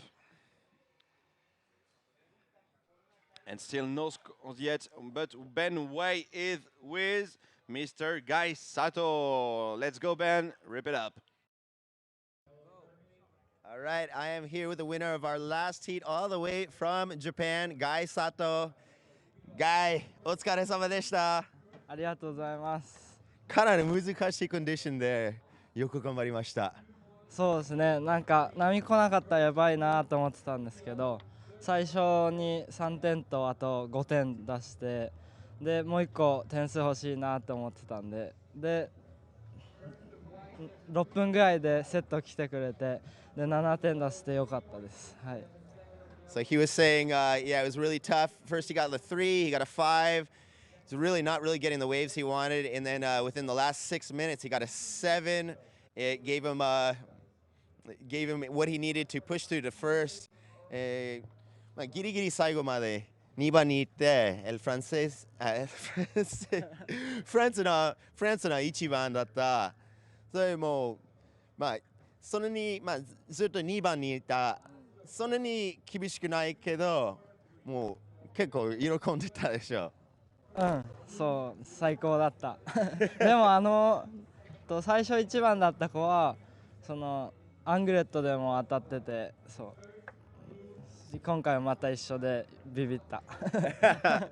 So he said he was with God Aldrich also in the anglet contest, and so yeah, he got paired up with him. He was a little worried about being paired up in that heat with him, but yeah, he ended up first and feeling good. そしたらみんなも日本人結構みんなウェブで見てる応援してるの友達とか僕の皆さんに何か言って。波パンティもうちょっと大きいと思ってたんですけど、意外とちっちゃくて、でも頑張るんで応援お願いします。はい。All right, so he was expecting much bigger waves, and he was pretty surprised to see it this small. But yeah, everyone who's supporting him at home, thank you for that, and he's going to keep pushing on through. ありがとうございました。また頑張って。はい、頑張ります。Okay, that was Guy Sato, and we are back. And yes, I could remember my Japanese. This guy is a machine. He can speak like 4 languages, even Japanese. How lucky we are. But Terva David just been caught by the patrol and is guilty of an interference. That's tough for Tereva David from French Polynesian. He's third, and it's going to be really difficult for him to qualify to the next round. Liam Mortensen is in the lead, 7.5. Second, Marco Giorgi, 4.17. And Tereva David is third. And here's the last of Liam Mortensen on his backhand. Really, really sharp. And he wants to take the lead and keep it at all costs. He hasn't finished his wave yet, but he's already on his way back to the lineup. He's refocused. Impressing surfing, yeah, from Liam Mortensen. Waiting for his last score, as you can see on your screen. And Thiago Guimarães' opening ride is a 4.3, sorry. He's second in red from Brazil, Thiago Guimarães, as Ben Way is trying to gather what is left on his mind after his Japanese interview. This man is a legend. Congrats to Guy Sato. Liam Mortensen still in the lead, but Thiago Guimarães just put in a nice 4.43. 11 minutes, 40 seconds to go. Definitely great to see a Japanese rider be first on his heat here at the Pantin Classic Galicia Pro. Priority goes to White. Tereva David is fourth, and he needs a 7.5 to pass second over Liam Mortensen. It's going to be nearly impossible for Tereva David from French Polynesia, from Tahiti. Still 11 minutes to go in this heat number 10. We still have 6 heats to run today. It's going to be a long second marathon day today. And after this heat, only 64 competitors will remain here at the Pantin Classic Galicia Pro. Okay, second score for Thiago Guimarães in red from Brazil, 5.10. He moved first. His last wave is a 2.63, is a throwaway. Here's a replay of the last of Tereva David. Trying to build his momentum on his backhand, even with an interference. He knows it's still possible, but it's going to be really, really difficult. The judges ask him at least 7.5 to pass second if the situation remains the same. But Liam Mortensen will try to secure the second place or take the lead over Thiago Guimarães. And the last of Thiago, 3.57, not in his two best waves. So situation still the same. 9 minutes, 45 seconds remaining here. In the next heat, we're going to have 1 American, 2 Australian, and 1 surfer from the Basque Country. It's going to be Nick Dez for the USA, Louis Gillick from Australia, Robbie Ricard for Australia too, and from Basque Country, Yatir Berasaluce. We've seen him in the previous round. And he plays first in heats 11 in round 1, Yatir. He was really happy to pass his round and enter the money round. So, Mr. Chris, Yes. back in action. Wow, you're Japanese. I told the audience, Japanese is just perfect, man. It You just blew my mind there. No, out there. it was scary because last year when I got here for a week, I was tuning so hard to try and speak Spanish for the first time in about 10 years that it completely replaced my Japanese. The Japanese competitors got here, and I couldn't speak a word of Japanese because my brain was just completely switched over.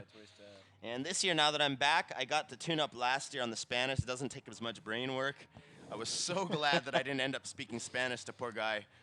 And so But this is not good. I don't like to see the red interference. Oh, no. Terrific, David. Guilty of interference, yeah.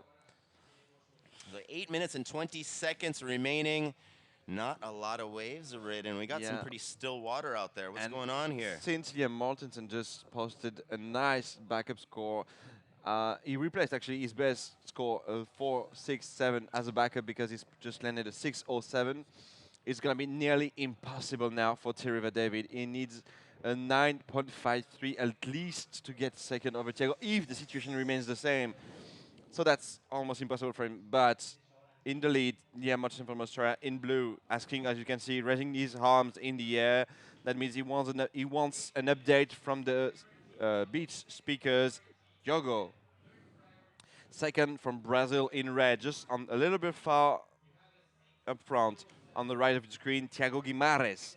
He's second, and he needs a 5.6.5, yeah, 5.65 to take the lead back.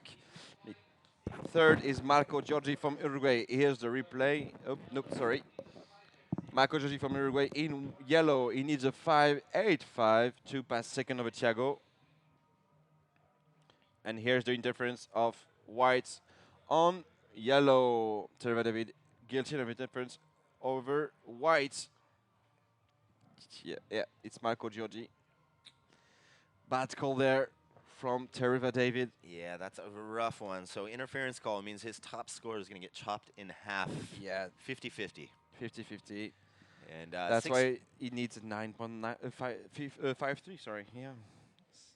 6 minutes and 45 seconds remaining. At the moment, Australia's Liam Mortensen in blue. He's really dangerous. 6.07, yes. We've seen him this morning. He has a really strong backhand in his little conditions. As I'm talking, I'm still trying to remember when we saw him this morning. Yeah, he placed second in heat number 9, just behind Aldrich God, who played second just behind Mr. Guy Sato.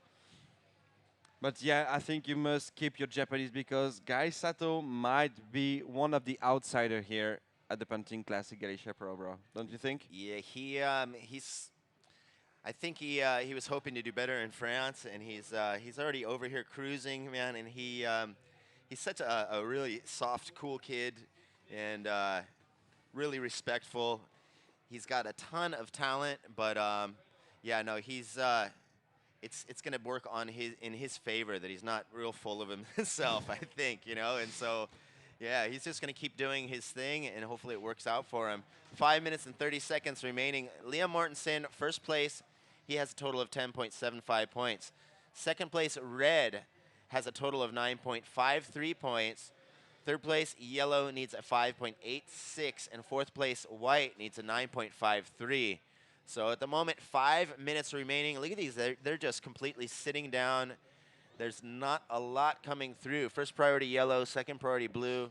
Second priority, Red. Third priority, Blue. Fourth priority, White. And now we're seeing a little bit of hustle on here. Oh, yeah. And I mean, it's going to be difficult for Guy Sato because he's going to enter each number 9 in the next round, and he will face William Cardoso. I don't know if you guys remember, but William Cardoso just defeated the king, the mighty Kelly Slater in Margaret River.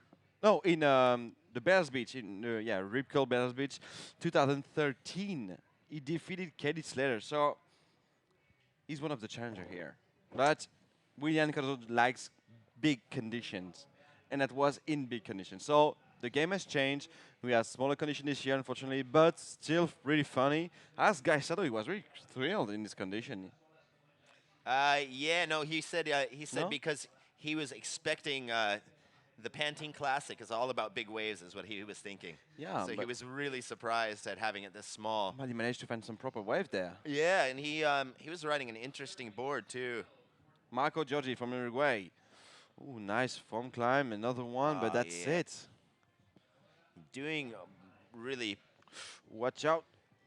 doing the best you can do in those conditions. But yeah, He ripped Guy Sato. He Guy ripped his wave. Guy was riding a Tomo shape, which is I don't think he was on last year, and kind of like a Vanguard tail with a regular nose, and he said it worked really good at keeping the speed. It's really fast. He said the only thing he's not used to yet is the exchange from rail to rail because it has that wider tail.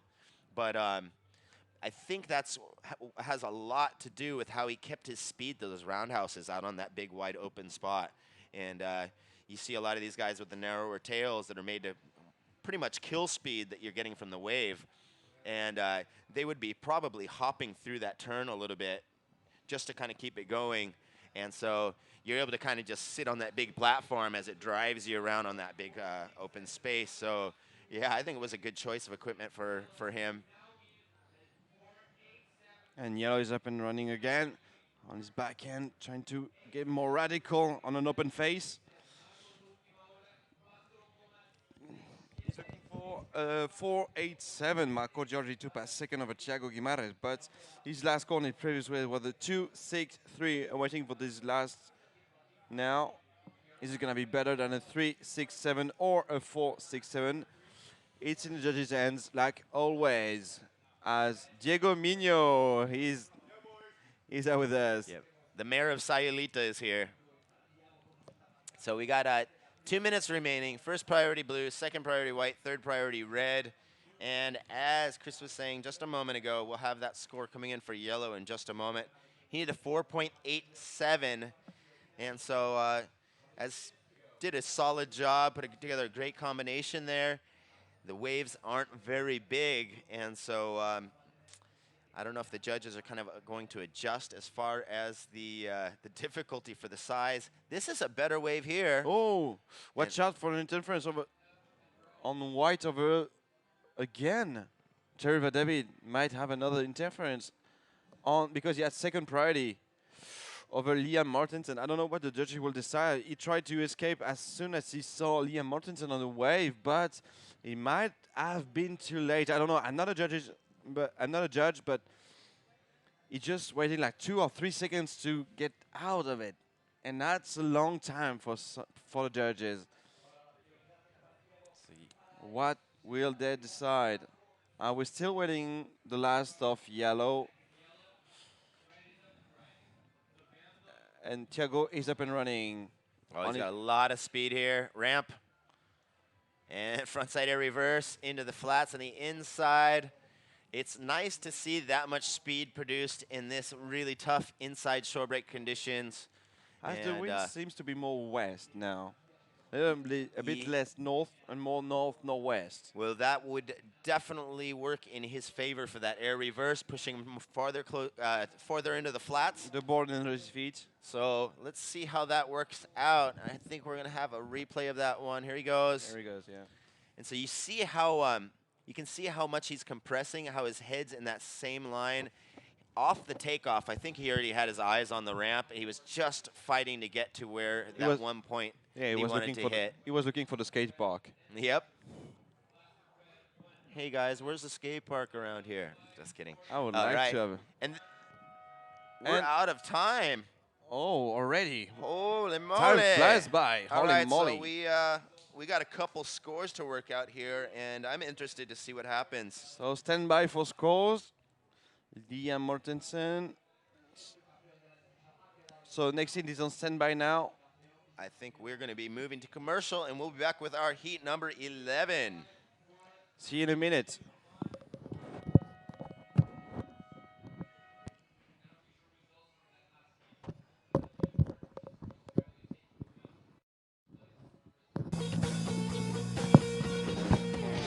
Quiero salir, quiero llegar, quiero probar, quiero estar fuera y quiero entrar. Y una fiesta. Quiero Galicia. Todo lo que deseas, aquí se puede hacer realidad.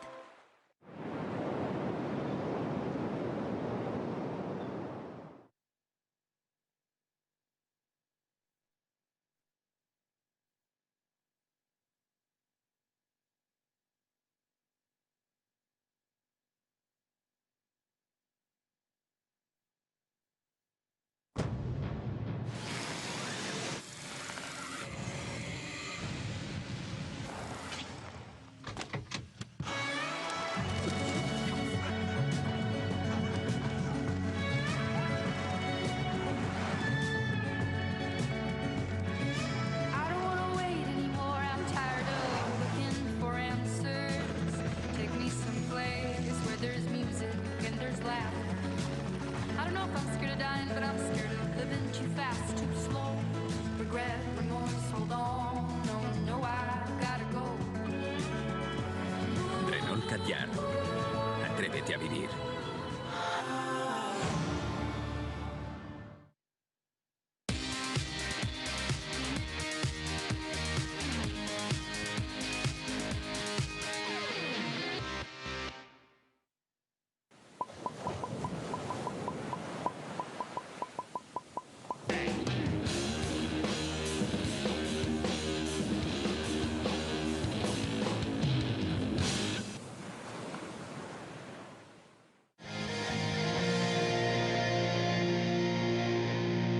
Ooh, Benway, how do you think this previous heat went? Because Liam Martin finally got the results and he's passing alongside Thiago Guimares.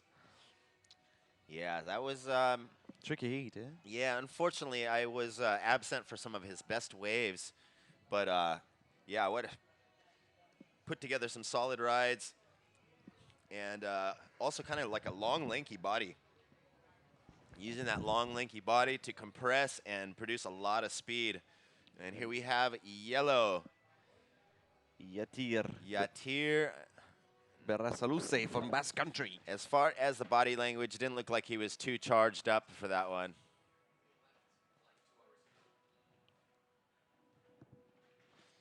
And here splitting the spot, but the right might work now Yeah, get a with the little tide pushing stretch up. of that. Yeah, we're starting to get into that hour where that right does I start think- working. Yeah, it's Louis Gillick, the Australian, trying to replace a short 167 and 267 landed during the commercial break. First course coming through for Yatir Berasaluce as my friend and roommate, Mr. Benway, is going to catch up with Liam Mortensen. The previous heat winner for the post-heat interview.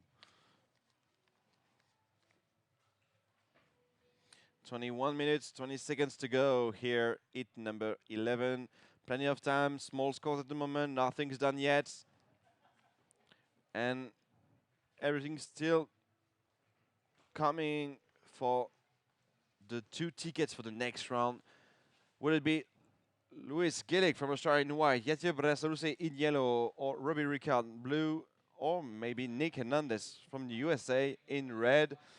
We'll know, but last of white seems to be interesting. 4.0 for the last of Louis Gillick from Australia. He has secured the best score of this heat so far. Still below the average, but in his tricky condition, it is still a nice backup. We've seen worse. So this could help him to start building his momentum. And Binho Lopez is with us. Binho, the Brazilian who won the Anglets. Binho, Mr. Binho Lopez. Woo! He's undercover, hidden with his cap, but I can see him. Priority goes to red. Yeah, a little shout out to the commentary booth from Binho Lopez, former winner this year, just few days back in Anglets, in front of Andy Krier. Louis Gillick in the lead with 2 little scores, 2.67 and a 4.0. Yatir Berasaluce just from Basque Country in yellow just posted a 2.73. And here it is. First priority is red, and red is up, and blue is up too on the right. Robbie Ricard from Australia. 2 maneuvers, but I'm aching to see Nick Hernandez third ride.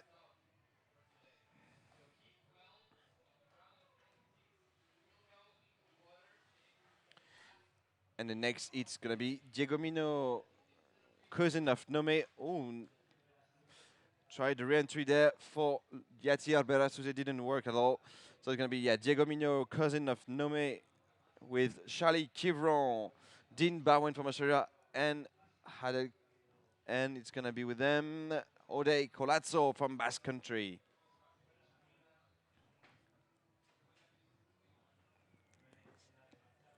So final result, Liam Mortensen first from the previous heat. Thiago Guimares, Marco Giorgi, unfortunately Tereva David with 1 interference. It was nearly impossible for the Polynesian Tereva to grab the ticket to the next round, even the second one.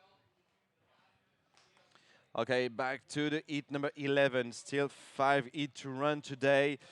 18 minutes, 20 seconds to go. And the last of red is coming through. Only 1 score needs to be dropped by 1 judge as it's paddling at the lineup. Priority goes with white. Beware, no interference, guys. White is up. first top 10 really quick for Luis Gillick. Second one, and that's it. He's still in the lead, and he might be improving a 2.67 or a 1.67. Priority goes to Robbie Ricard in blue. Second priority yellow for Yatir Berasaluce. And last off white, it's going to be a throwaway. But at the moment, it's going to be his backup. Oh, and Robbie Ricard attempted the re-entry there too.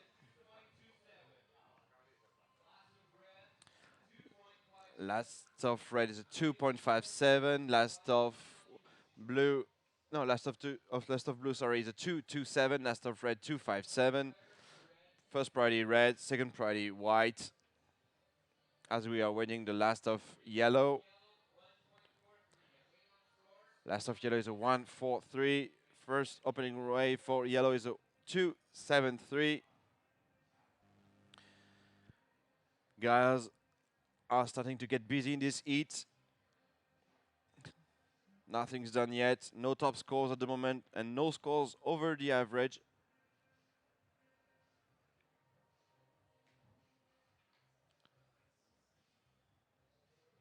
And Nick Hernandez is going to be up, trying to yeah, it's a closeout, unfortunately, for Nick in red from the USA. Last of white, 5.17 for Luis Gillick. Last of white, 5.17.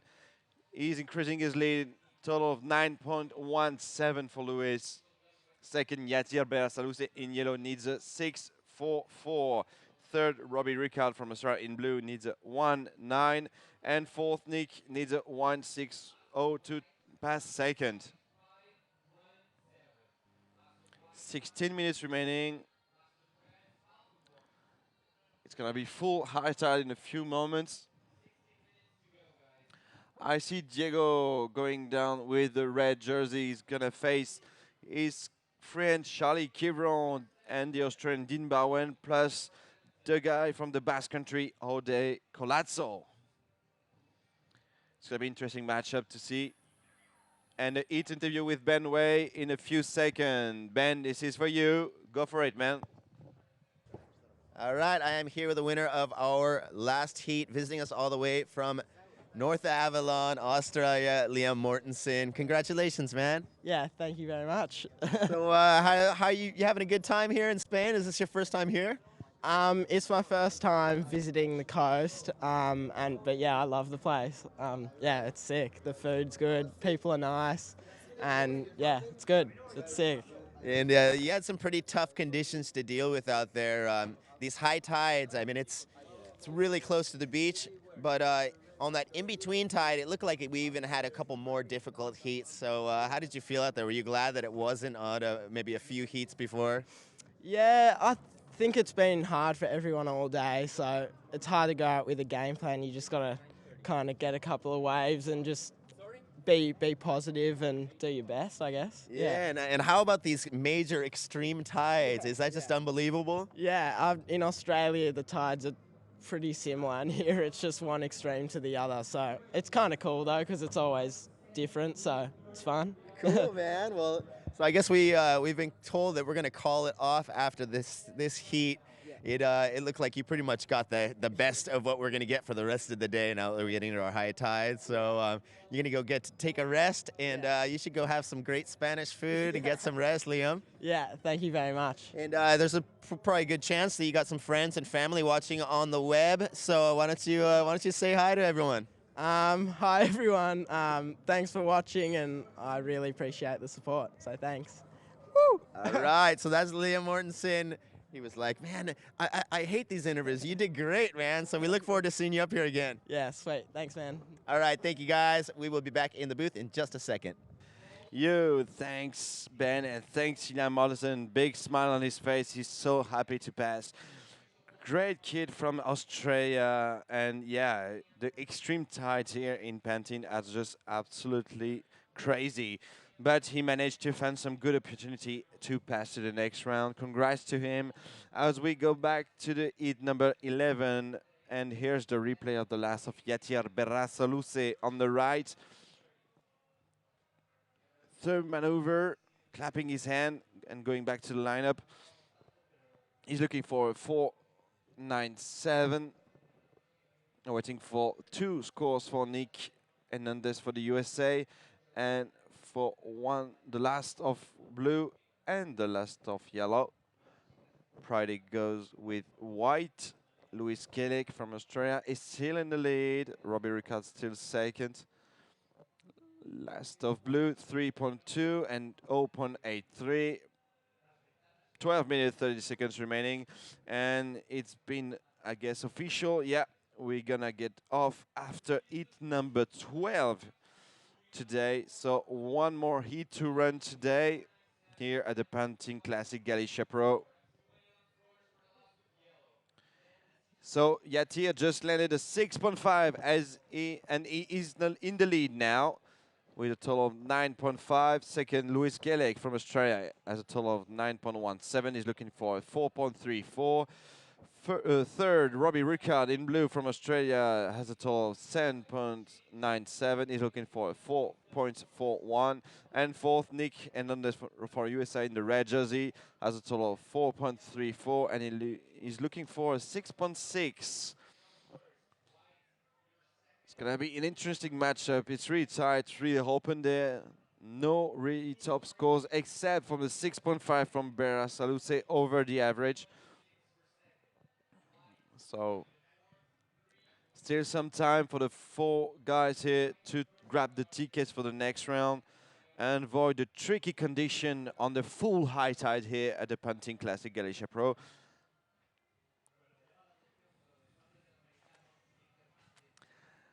What an interview, Mr. Ben Wade. That was so fun to watch and to hear.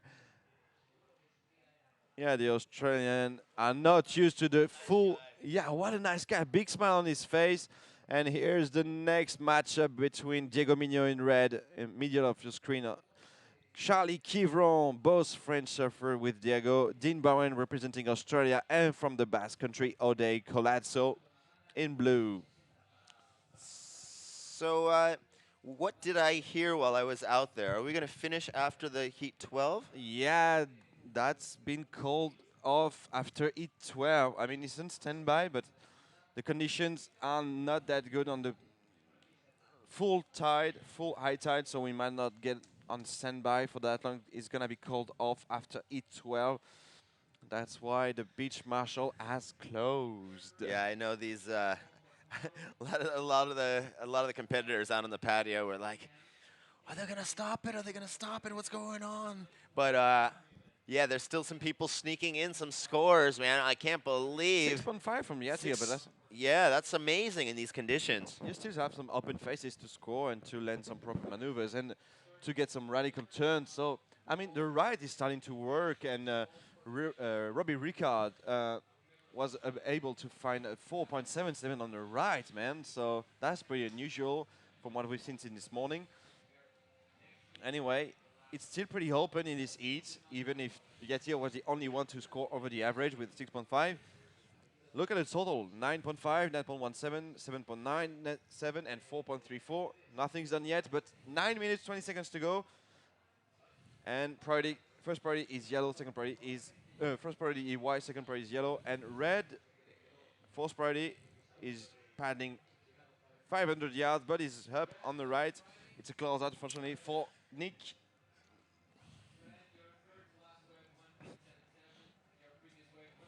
And yeah, Mortensen is going back. I just saw Bino Lopez sneaking with a sandwich. He just say hi. The recent winner at Anglet in front of Andy Creer, Bino Lopez from Brazil, is here in Pantin. Yeah, he has a really strong air game. That guy. When he starts a full rotation, he has 60% to land it. Oh, it's just amazing. 60, and I'm shy when I say 60. I would say no, 70 to 80%. And here is Yatia Berasause. He wants to keep his first place over Luis Gillick, Robbie Ricard, and Nick Hernandez from USA.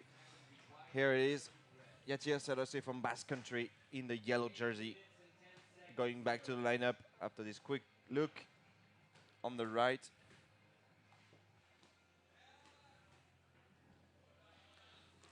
Man, is really getting textured out there. There's a lot of,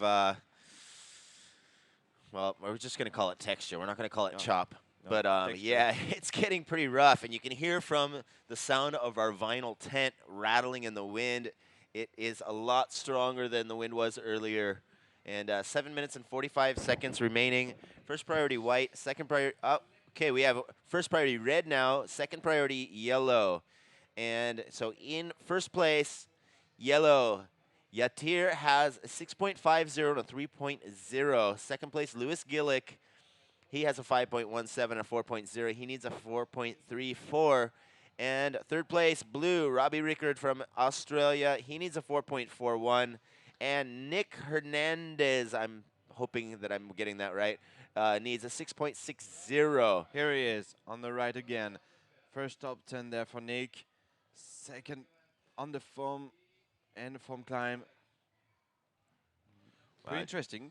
Yeah, working really hard to get through there. And He's fourth and he's working to replace a 177 or a 257.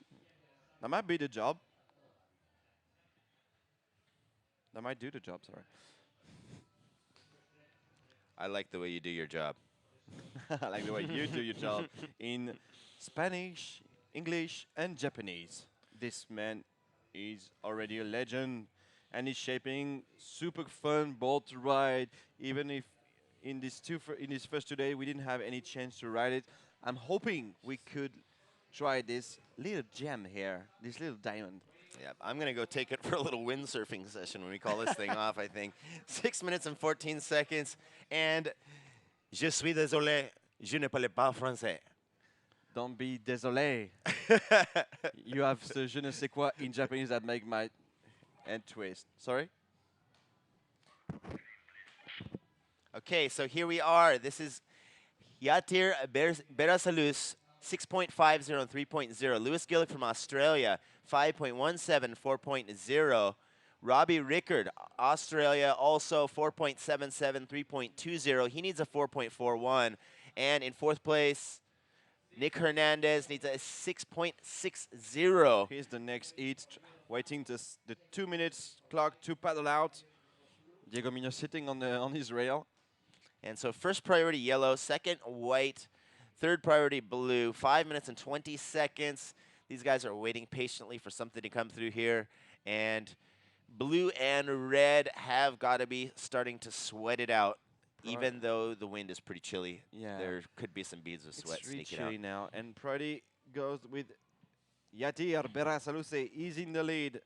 Small total, just below the average, 9.5. But he has priority, and he don't want to let that ticket to the next round go to another competitor.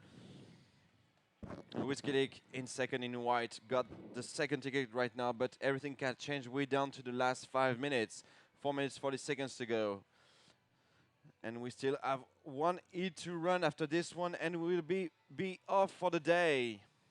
But it's not over till it's over. Lewis Gillick taking the second priority. Nope, he has paddled, so second priority might go to Robbie Rickard now. Nico is trying to reverse the tendency in this heat. Yeah, so I'm wondering if we're all the way to our... We might just be around our max high tide of the day. And, yeah, we're not going to see it drop by the end of this day, I don't think. No. But 4 minutes left of this, and so we're pretty much going to have the same tidal conditions in that next heat, and which should be the last heat of the day. 3 minutes and 45 seconds remaining. And Nick Hernandez, pretty healthy score, but I don't think it's going to be what he needs. He needs a 6.6, Nick. Wow, it's definitely going to pop up his top score. 3 minutes and 30 seconds remaining. Very close to what he needs, but 5.93. Nick Hernandez is still in third place. Well, he's now in third place. He needs a 3.24. And so things are looking a little bit better for him. Robbie Rickard needs a 4.41. He's in fourth place. And yellow with first priority. And so red was playing it smart. He ended up splitting the peak and decided to go right on that one. Nice wave selection there. This is a very solid combination. Little hand clap to the thumbs up. And so he liked what happened there. He's quite sure that he bumped up his backup score. So let's see what happens on that one. Yatir putting a very solid combination, and we are blessed enough to watch that again. So here he is. It seems like red may have been planning to go left. He knew that yellow had first priority, so he ended up being a gentleman, going right. And look at this combination, tapping it, really digging in deep on those bottom turns. Nice, solid commitment. 2 minutes remaining. We will have that score in just a moment. He is in first place, so he's not too worried. But, yeah, we will see his backup score bump up, I'm quite sure. And he's just defending that first place position. Here we go, Nick Hernandez. Hits it nice and vertical, throws the tail out, but throws it up a little bit too much for the power in that wave. 1 minute and 35 seconds. Yellow is in first priority.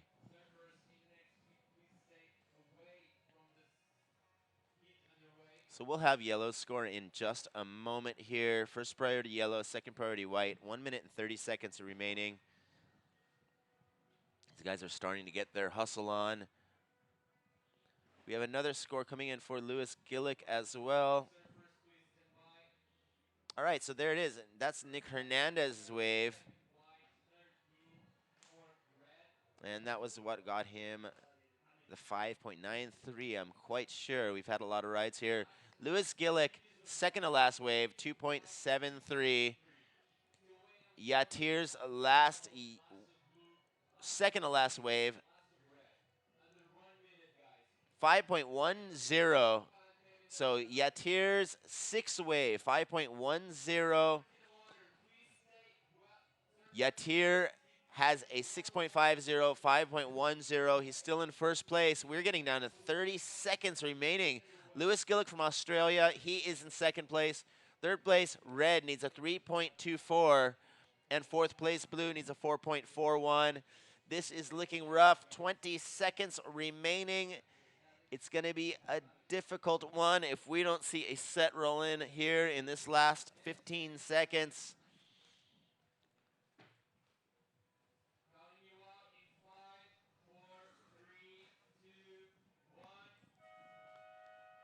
And that is going to wrap it up. We're getting those last scores. Wow, Nick Hernandez, 7 points. So the ninth wave of Nick Hernandez, 7.0, that puts him in first place. Yatir is now in second place. Third place, Lewis Gillick, last second as that score came in. He just got popped into third place. And so it looks like it's going to be red and yellow making it through that one. Wow, so that has got to be a shocker. So we are wrapping up those last scores for blue. Last scores for blue and yellow. And it looks unofficially like it's going to be red in first, second white. Red in first, second yellow, third white, fourth blue. So we are going to go to a commercial, and we'll be back with our Heat 12, last heat of the day, in just a moment.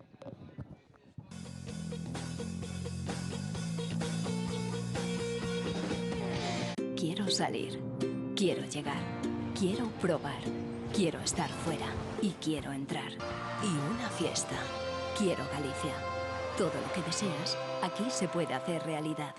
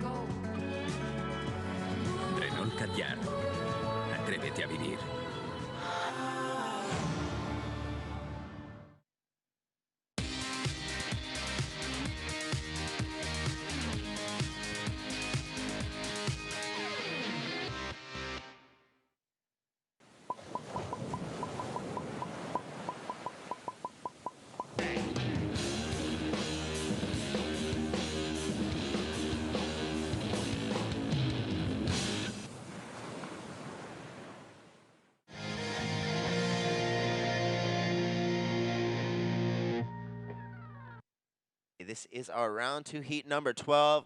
23 minutes remaining. We are 2 minutes in. So far, Charlie Kivron, he got a 2.0.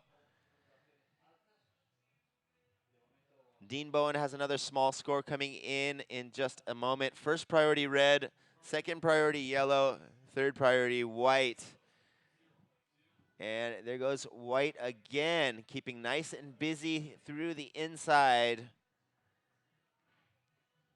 And so once again, we have that wind just slightly coming down.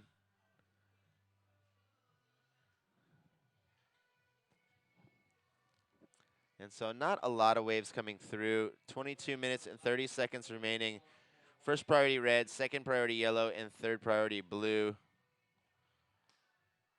We got another score coming in for white. Charlie Kivron, he will have his, what looks like will be his new top score. He's going to bump over his 2.0 that he had for his first ride. That score is coming in now.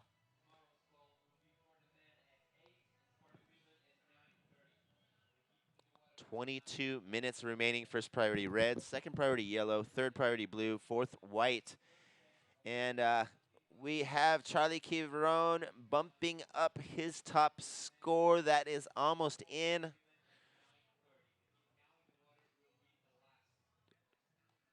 And Jode Colasso with a monster score coming in. 7.17. 7.17 for Blue's first wave. Charlie Kivron, second wave, 2.67. So Jode Colasso with one wave, he is in the lead with a 7.17. Charlie Kivron, second place, 2.67 and 2.0. Dean Bowen got a 0.20 for his first wave. First priority red, second priority yellow, third priority blue, and fourth priority white. 21 minutes remaining.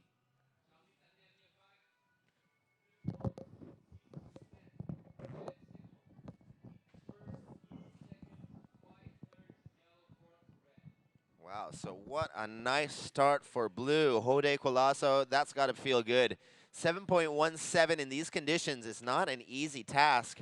And here we have Charlie Kivron tapping that one. Nice little foam ball climb right there.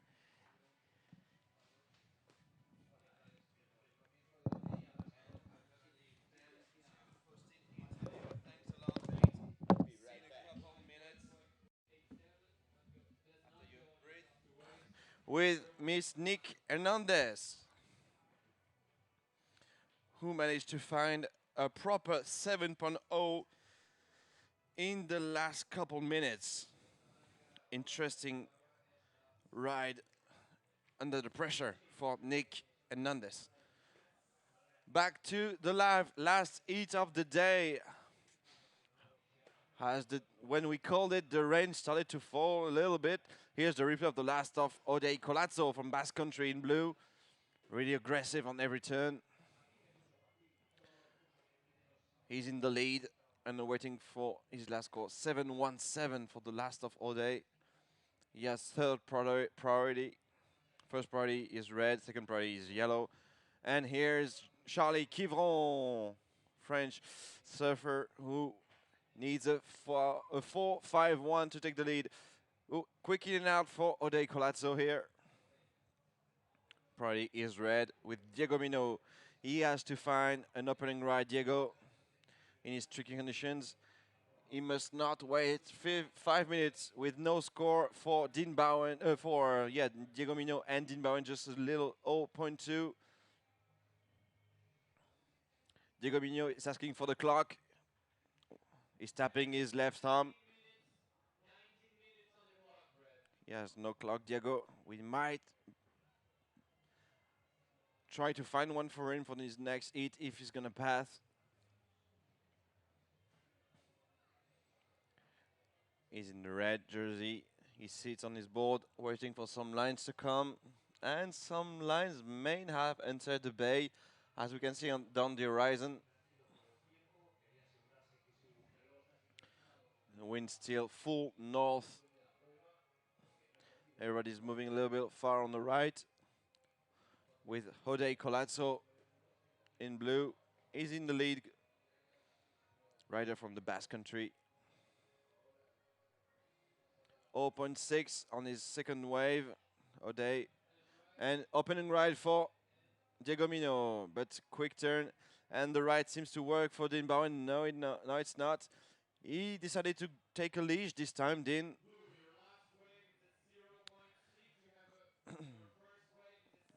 Opening score for Diego Mino is coming through. Is going to be a little one.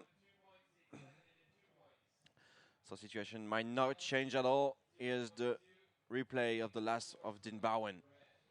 Trying to go vertical and on the reform. The wave decided to close. 0.2 on his last, and this is the replay of the opening right for Diego Mino. First turn, bim. Radical, but that's it. 1.8. Not too radical, but still interesting to warm up a little bit. Oh no, it's not his first score, sorry. Second score is coming for Diego. And it's Charlie Kivron on the right, full high tide. Nice foam climb re-entry there for Charlie. He's looking for a 5.11 to take the first place over O'Day Colazzo in blue.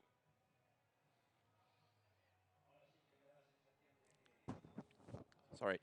O'Day Colazzo just landed a 7.17 but doesn't have a proper backup. He's going to try to build one here. On his backhand, no stop turn. He's trying to find an opening face. Boom, here it is. And a second one on an open face. 2 on the foam. And Dean Bowen trying to get vertical on only one maneuver here. It's really tricky, but remember, Nick found a 7.0 in the last dying minutes on the previous heat. Heat number 11. And we have the interview of Nick Hernandez in a few seconds with Ben Way. Here you go, Ben. All right, I am here with our winner of that last heat, Nick Hernandez from Santa Cruz, California. First time here in Europe, man. What a good job and good feeling to make it through that heat and win it. Yeah, I felt pretty good. I don't know, I've been here for a couple days, and this is probably the worst the waves have been since I've been here. So it's kind of stressful going out there, but everyone's got to deal with it. So yeah, and this is very uncharacteristic for Galicia because this place is always pumping. And we just have a little weirdness right now, not a lot of swell, but luckily we had those sandbars. And as far as your heat was timed, you were lucky to where it just gets to the tide where that right starts working, because that right's almost non-existent throughout the whole day. Yesterday we pretty much got the same time, and that little right started stretching. That kind of paid off for you. yeah, I saw those rights yesterday evening, and I was going out there in my heat like seeing all left. So I was like looking for lefts the whole heat. Like didn't have anything until like 7-8 minutes. So I was like started going right, and it worked out. So I was stoked. Yeah, cool, man. So what are your favorite things about being here, man, since this is your first trip? Definitely just like the scenery. Like it's so beautiful here. Just driving to the comp site every morning is so like peaceful and beautiful. That's cool, man. Well, we're really happy to have you, and yeah, it was cool just having you in Japan not too long ago, and yeah, now we're here, man, and this is one of my favorite places in the world, man. So enjoy your time here.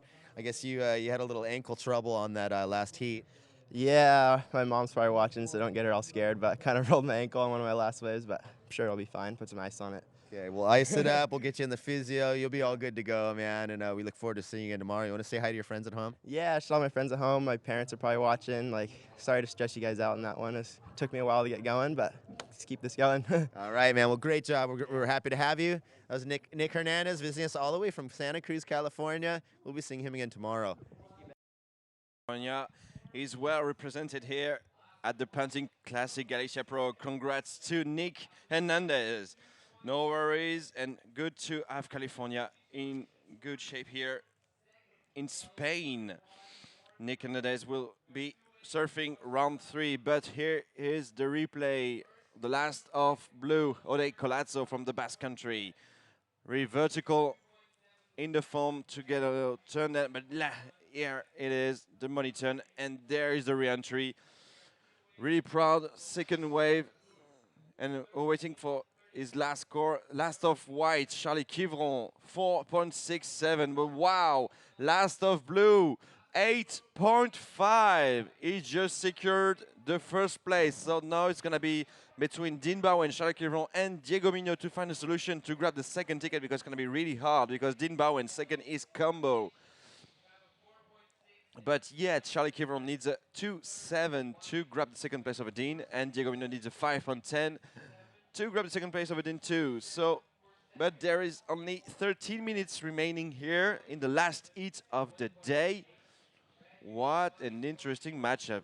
This is very interesting, man. 12 minutes and 45 seconds. A lot has gone down since I've been gone. Yeah. Jeez, Jode Colasso, man. He started off really strong off the start. First wave being a 7.17. That had to give him a good little kick. And then he gets an 8.50. I don't know how you get an 8.50 in this surf, but he managed to find a nice left, and he had two opening turn on the foam, and he was waiting for the open face and just slashed it. Just slashed it. Amazing. To the maximum, pedal to the middle. Pedal to the metal. I love it. And Dean Bowen, Australia, he's been doing a great job. He won his heat earlier, and he's in a combination situation, but he is in a qualifying position at the moment. Charlie Quivron, he's in third place, 2.70. That's not a hard score to get. That's not a hard score. So that is looking a little dangerous for Dean Bowen at the moment. Diego Mignot, he needs a 5.10. That's not such a heavy score to get either. No. Still just under 12 minutes remaining, and Diego has first priority at the moment. Second priority, white. Charlie, third priority, yellow. Dean Bowen, and fourth priority, Jode Colasso.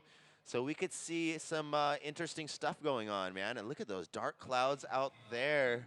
Yeah, it's threatening, the spot here. Luckily, it's windy enough that it keeps blowing out these little blue spots. And so there's a little bit of trickling rain on me as I was out there interviewing Nick out there. But it's still behaving. As far as the weather goes, it's not bad. And we've been really lucky.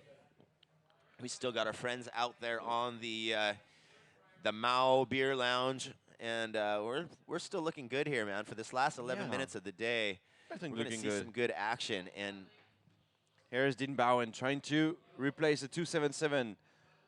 Oh, looking really solid.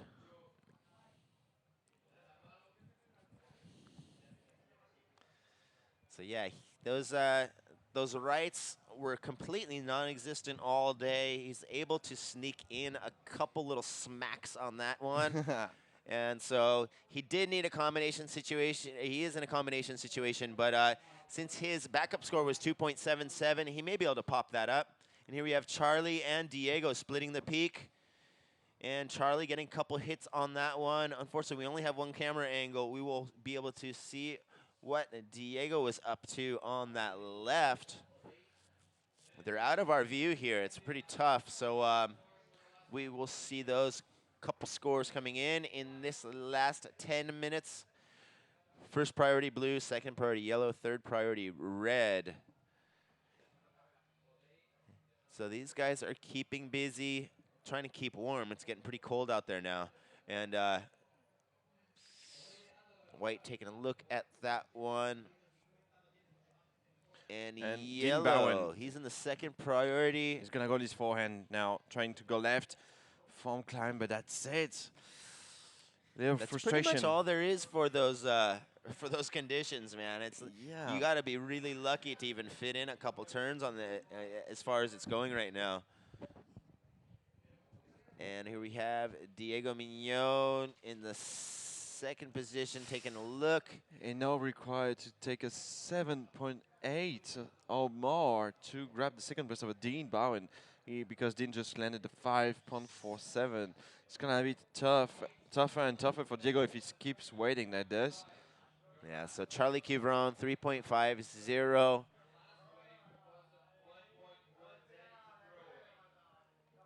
So last wave of the throwaway for Diego, 1.1. And here is Charlie Quivron, but ruined his priority. Second priority, he's going to have fourth priority now because he started paddle. First priority still with Jode Colasso. Oh, and Dean Bowen, nice float there. He is after it, man. Yeah. And as he was calling yesterday, you got to get it done. He's getting it done, man. And He's trying to get out of that combination situation. He got a 5.47 for that last one, bumping up his top score. Backup score was a 4.60. Let's see if he gets a little more on that next one. And Diego's needing a 7.80. First priority blue, second priority red. 8 minutes remaining. 8 minutes remaining. Wow, time flies by. Oh, so we got that replay of Dean here. Yeah. Smacking it up, slashing it out. We're waiting for the last of Dean though. It's still combo to get the first place of Ode Colazzo. But Charlie, oh, it's going to be a good score. 7.17, same as first opening wave for Ode Colazzo for Dean Bowen. He's no longer combo and he needs an 8.5 to grab the first place of Ode. But behind him, Diego Mignot is combo and Charlie Kivron third. In white needs a 7.97. It's going to be really tough for both French guys to grab the second qualifying tickets to the next round. 7 minutes remaining. And Mr. John is with us.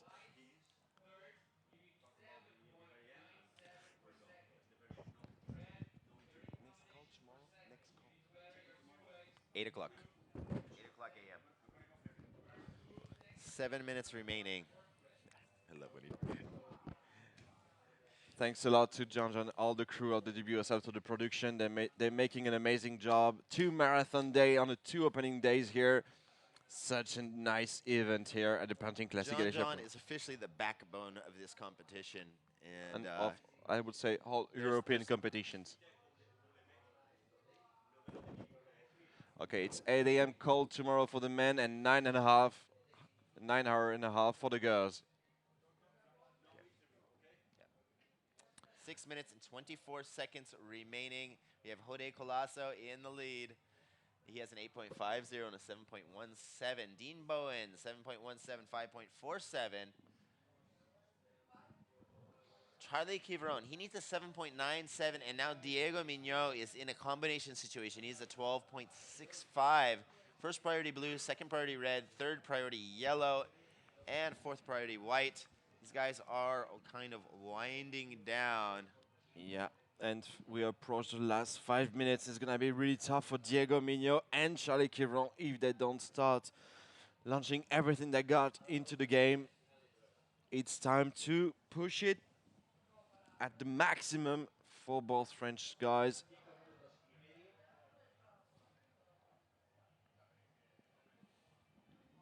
All right, what do we got here? 5 minutes and 30 seconds remaining. I was looking at the These priority. guys First are priority is really blue. Second priority is with Diego Mignot, is with red. Third priority, yellow. And fourth priority, white. Come on, guys, wake up. Some lines some lines are approaching the bay. Might be interesting to see what they can do with it. Wow, these guys are just sitting still. Yeah. And I'm 5 minutes. actually considering paddling out in just a couple minutes here. I don't see anything that looks very pleasing, but that is the test for my boards. With the 410, everything could be pleasing. Charlie Kivron, body language. I like that kick out, though. That was pretty cool. I'm going to try that one. He has a leash, Charlie, as Dean Bowen.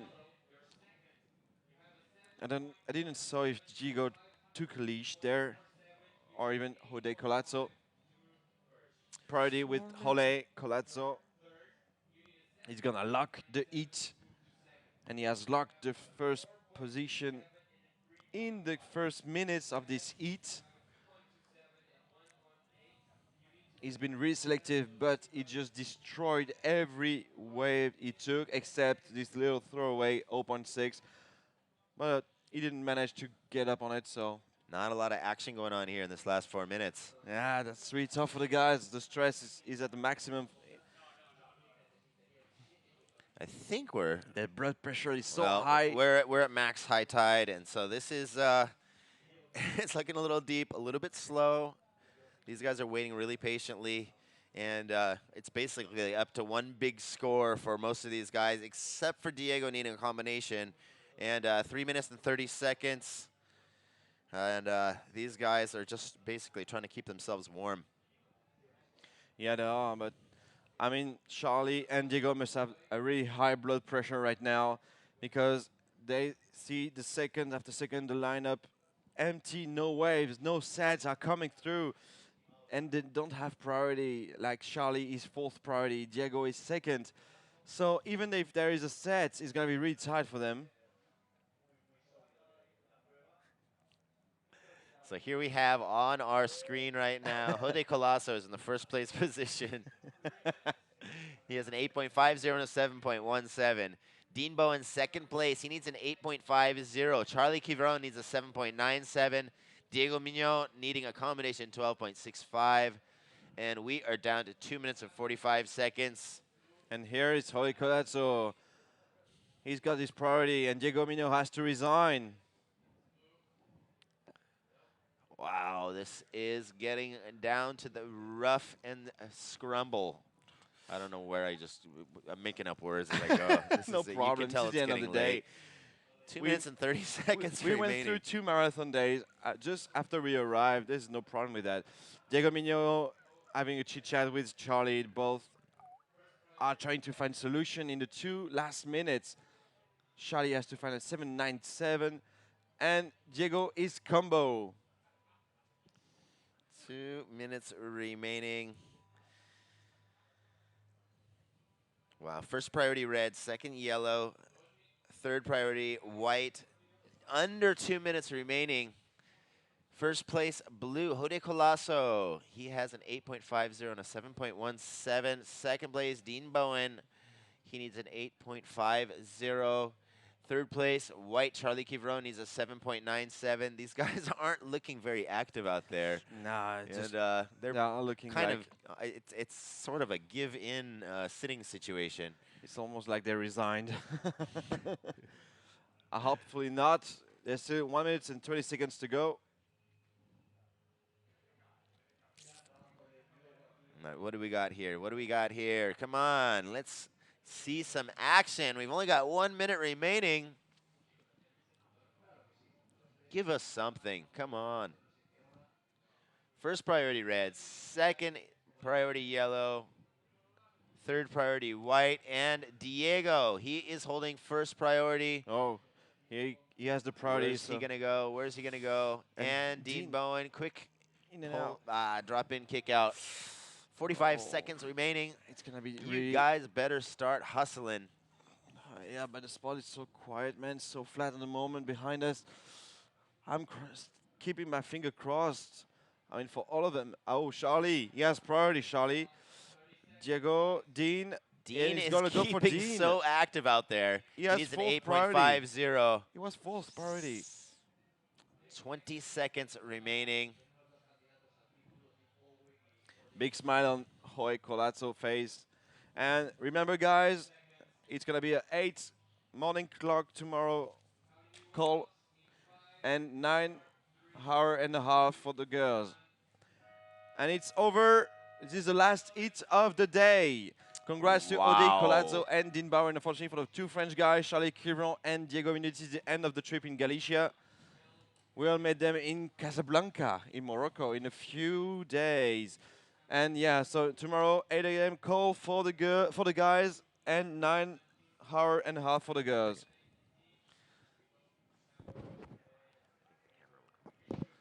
All right, so Jose Colasso looking really pleased there. Congrats by the friends there on the beach. Yeah, high five a and lot high of nice five. support. That's cool. Cheering. Wow, what a long day for these guys. What a long day for you and me. Yeah, but long day for wow, everybody tons here. of action. And for Diego on the beach commentating, and for Nuno, and for all the WSL crew Yep. there. Everyone putting in the time, but we're making sure that we waste no time. Get every ounce of wave, every ounce of milliliters of wave action. So as you can see on the screen, check in tomorrow morning, 8 a.m. for the men, 8:30 for the women. And so that is a good way to end the day. You got to be feeling good about that, huh?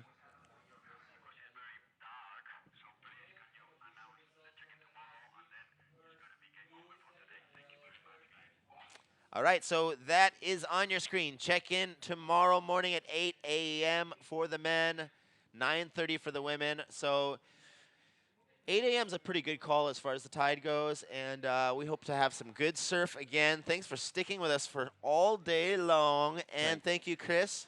Thank you you, are mate. a great roommate, and You're- we'll be no, seeing you man, guys tomorrow you're the morning. best roommate. Thank you so much, and we'll see you tomorrow for the Pantin Classic Galicia Pro number 28 World Surf League. Thank you very much. See you guys tomorrow. See you, Brian.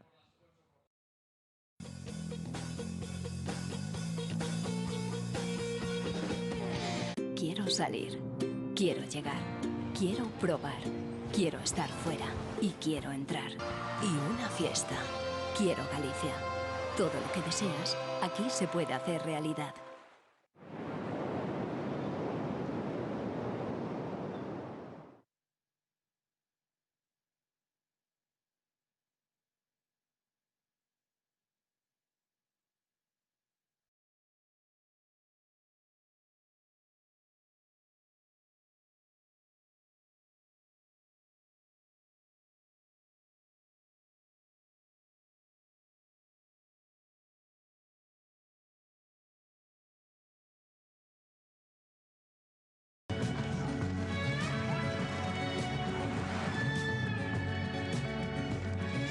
I don't wanna wait anymore. I'm tired of looking for answers.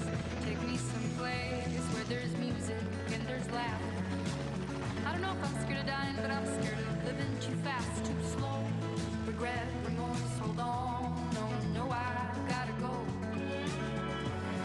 Renault Kadjar. Atrévete a vivir.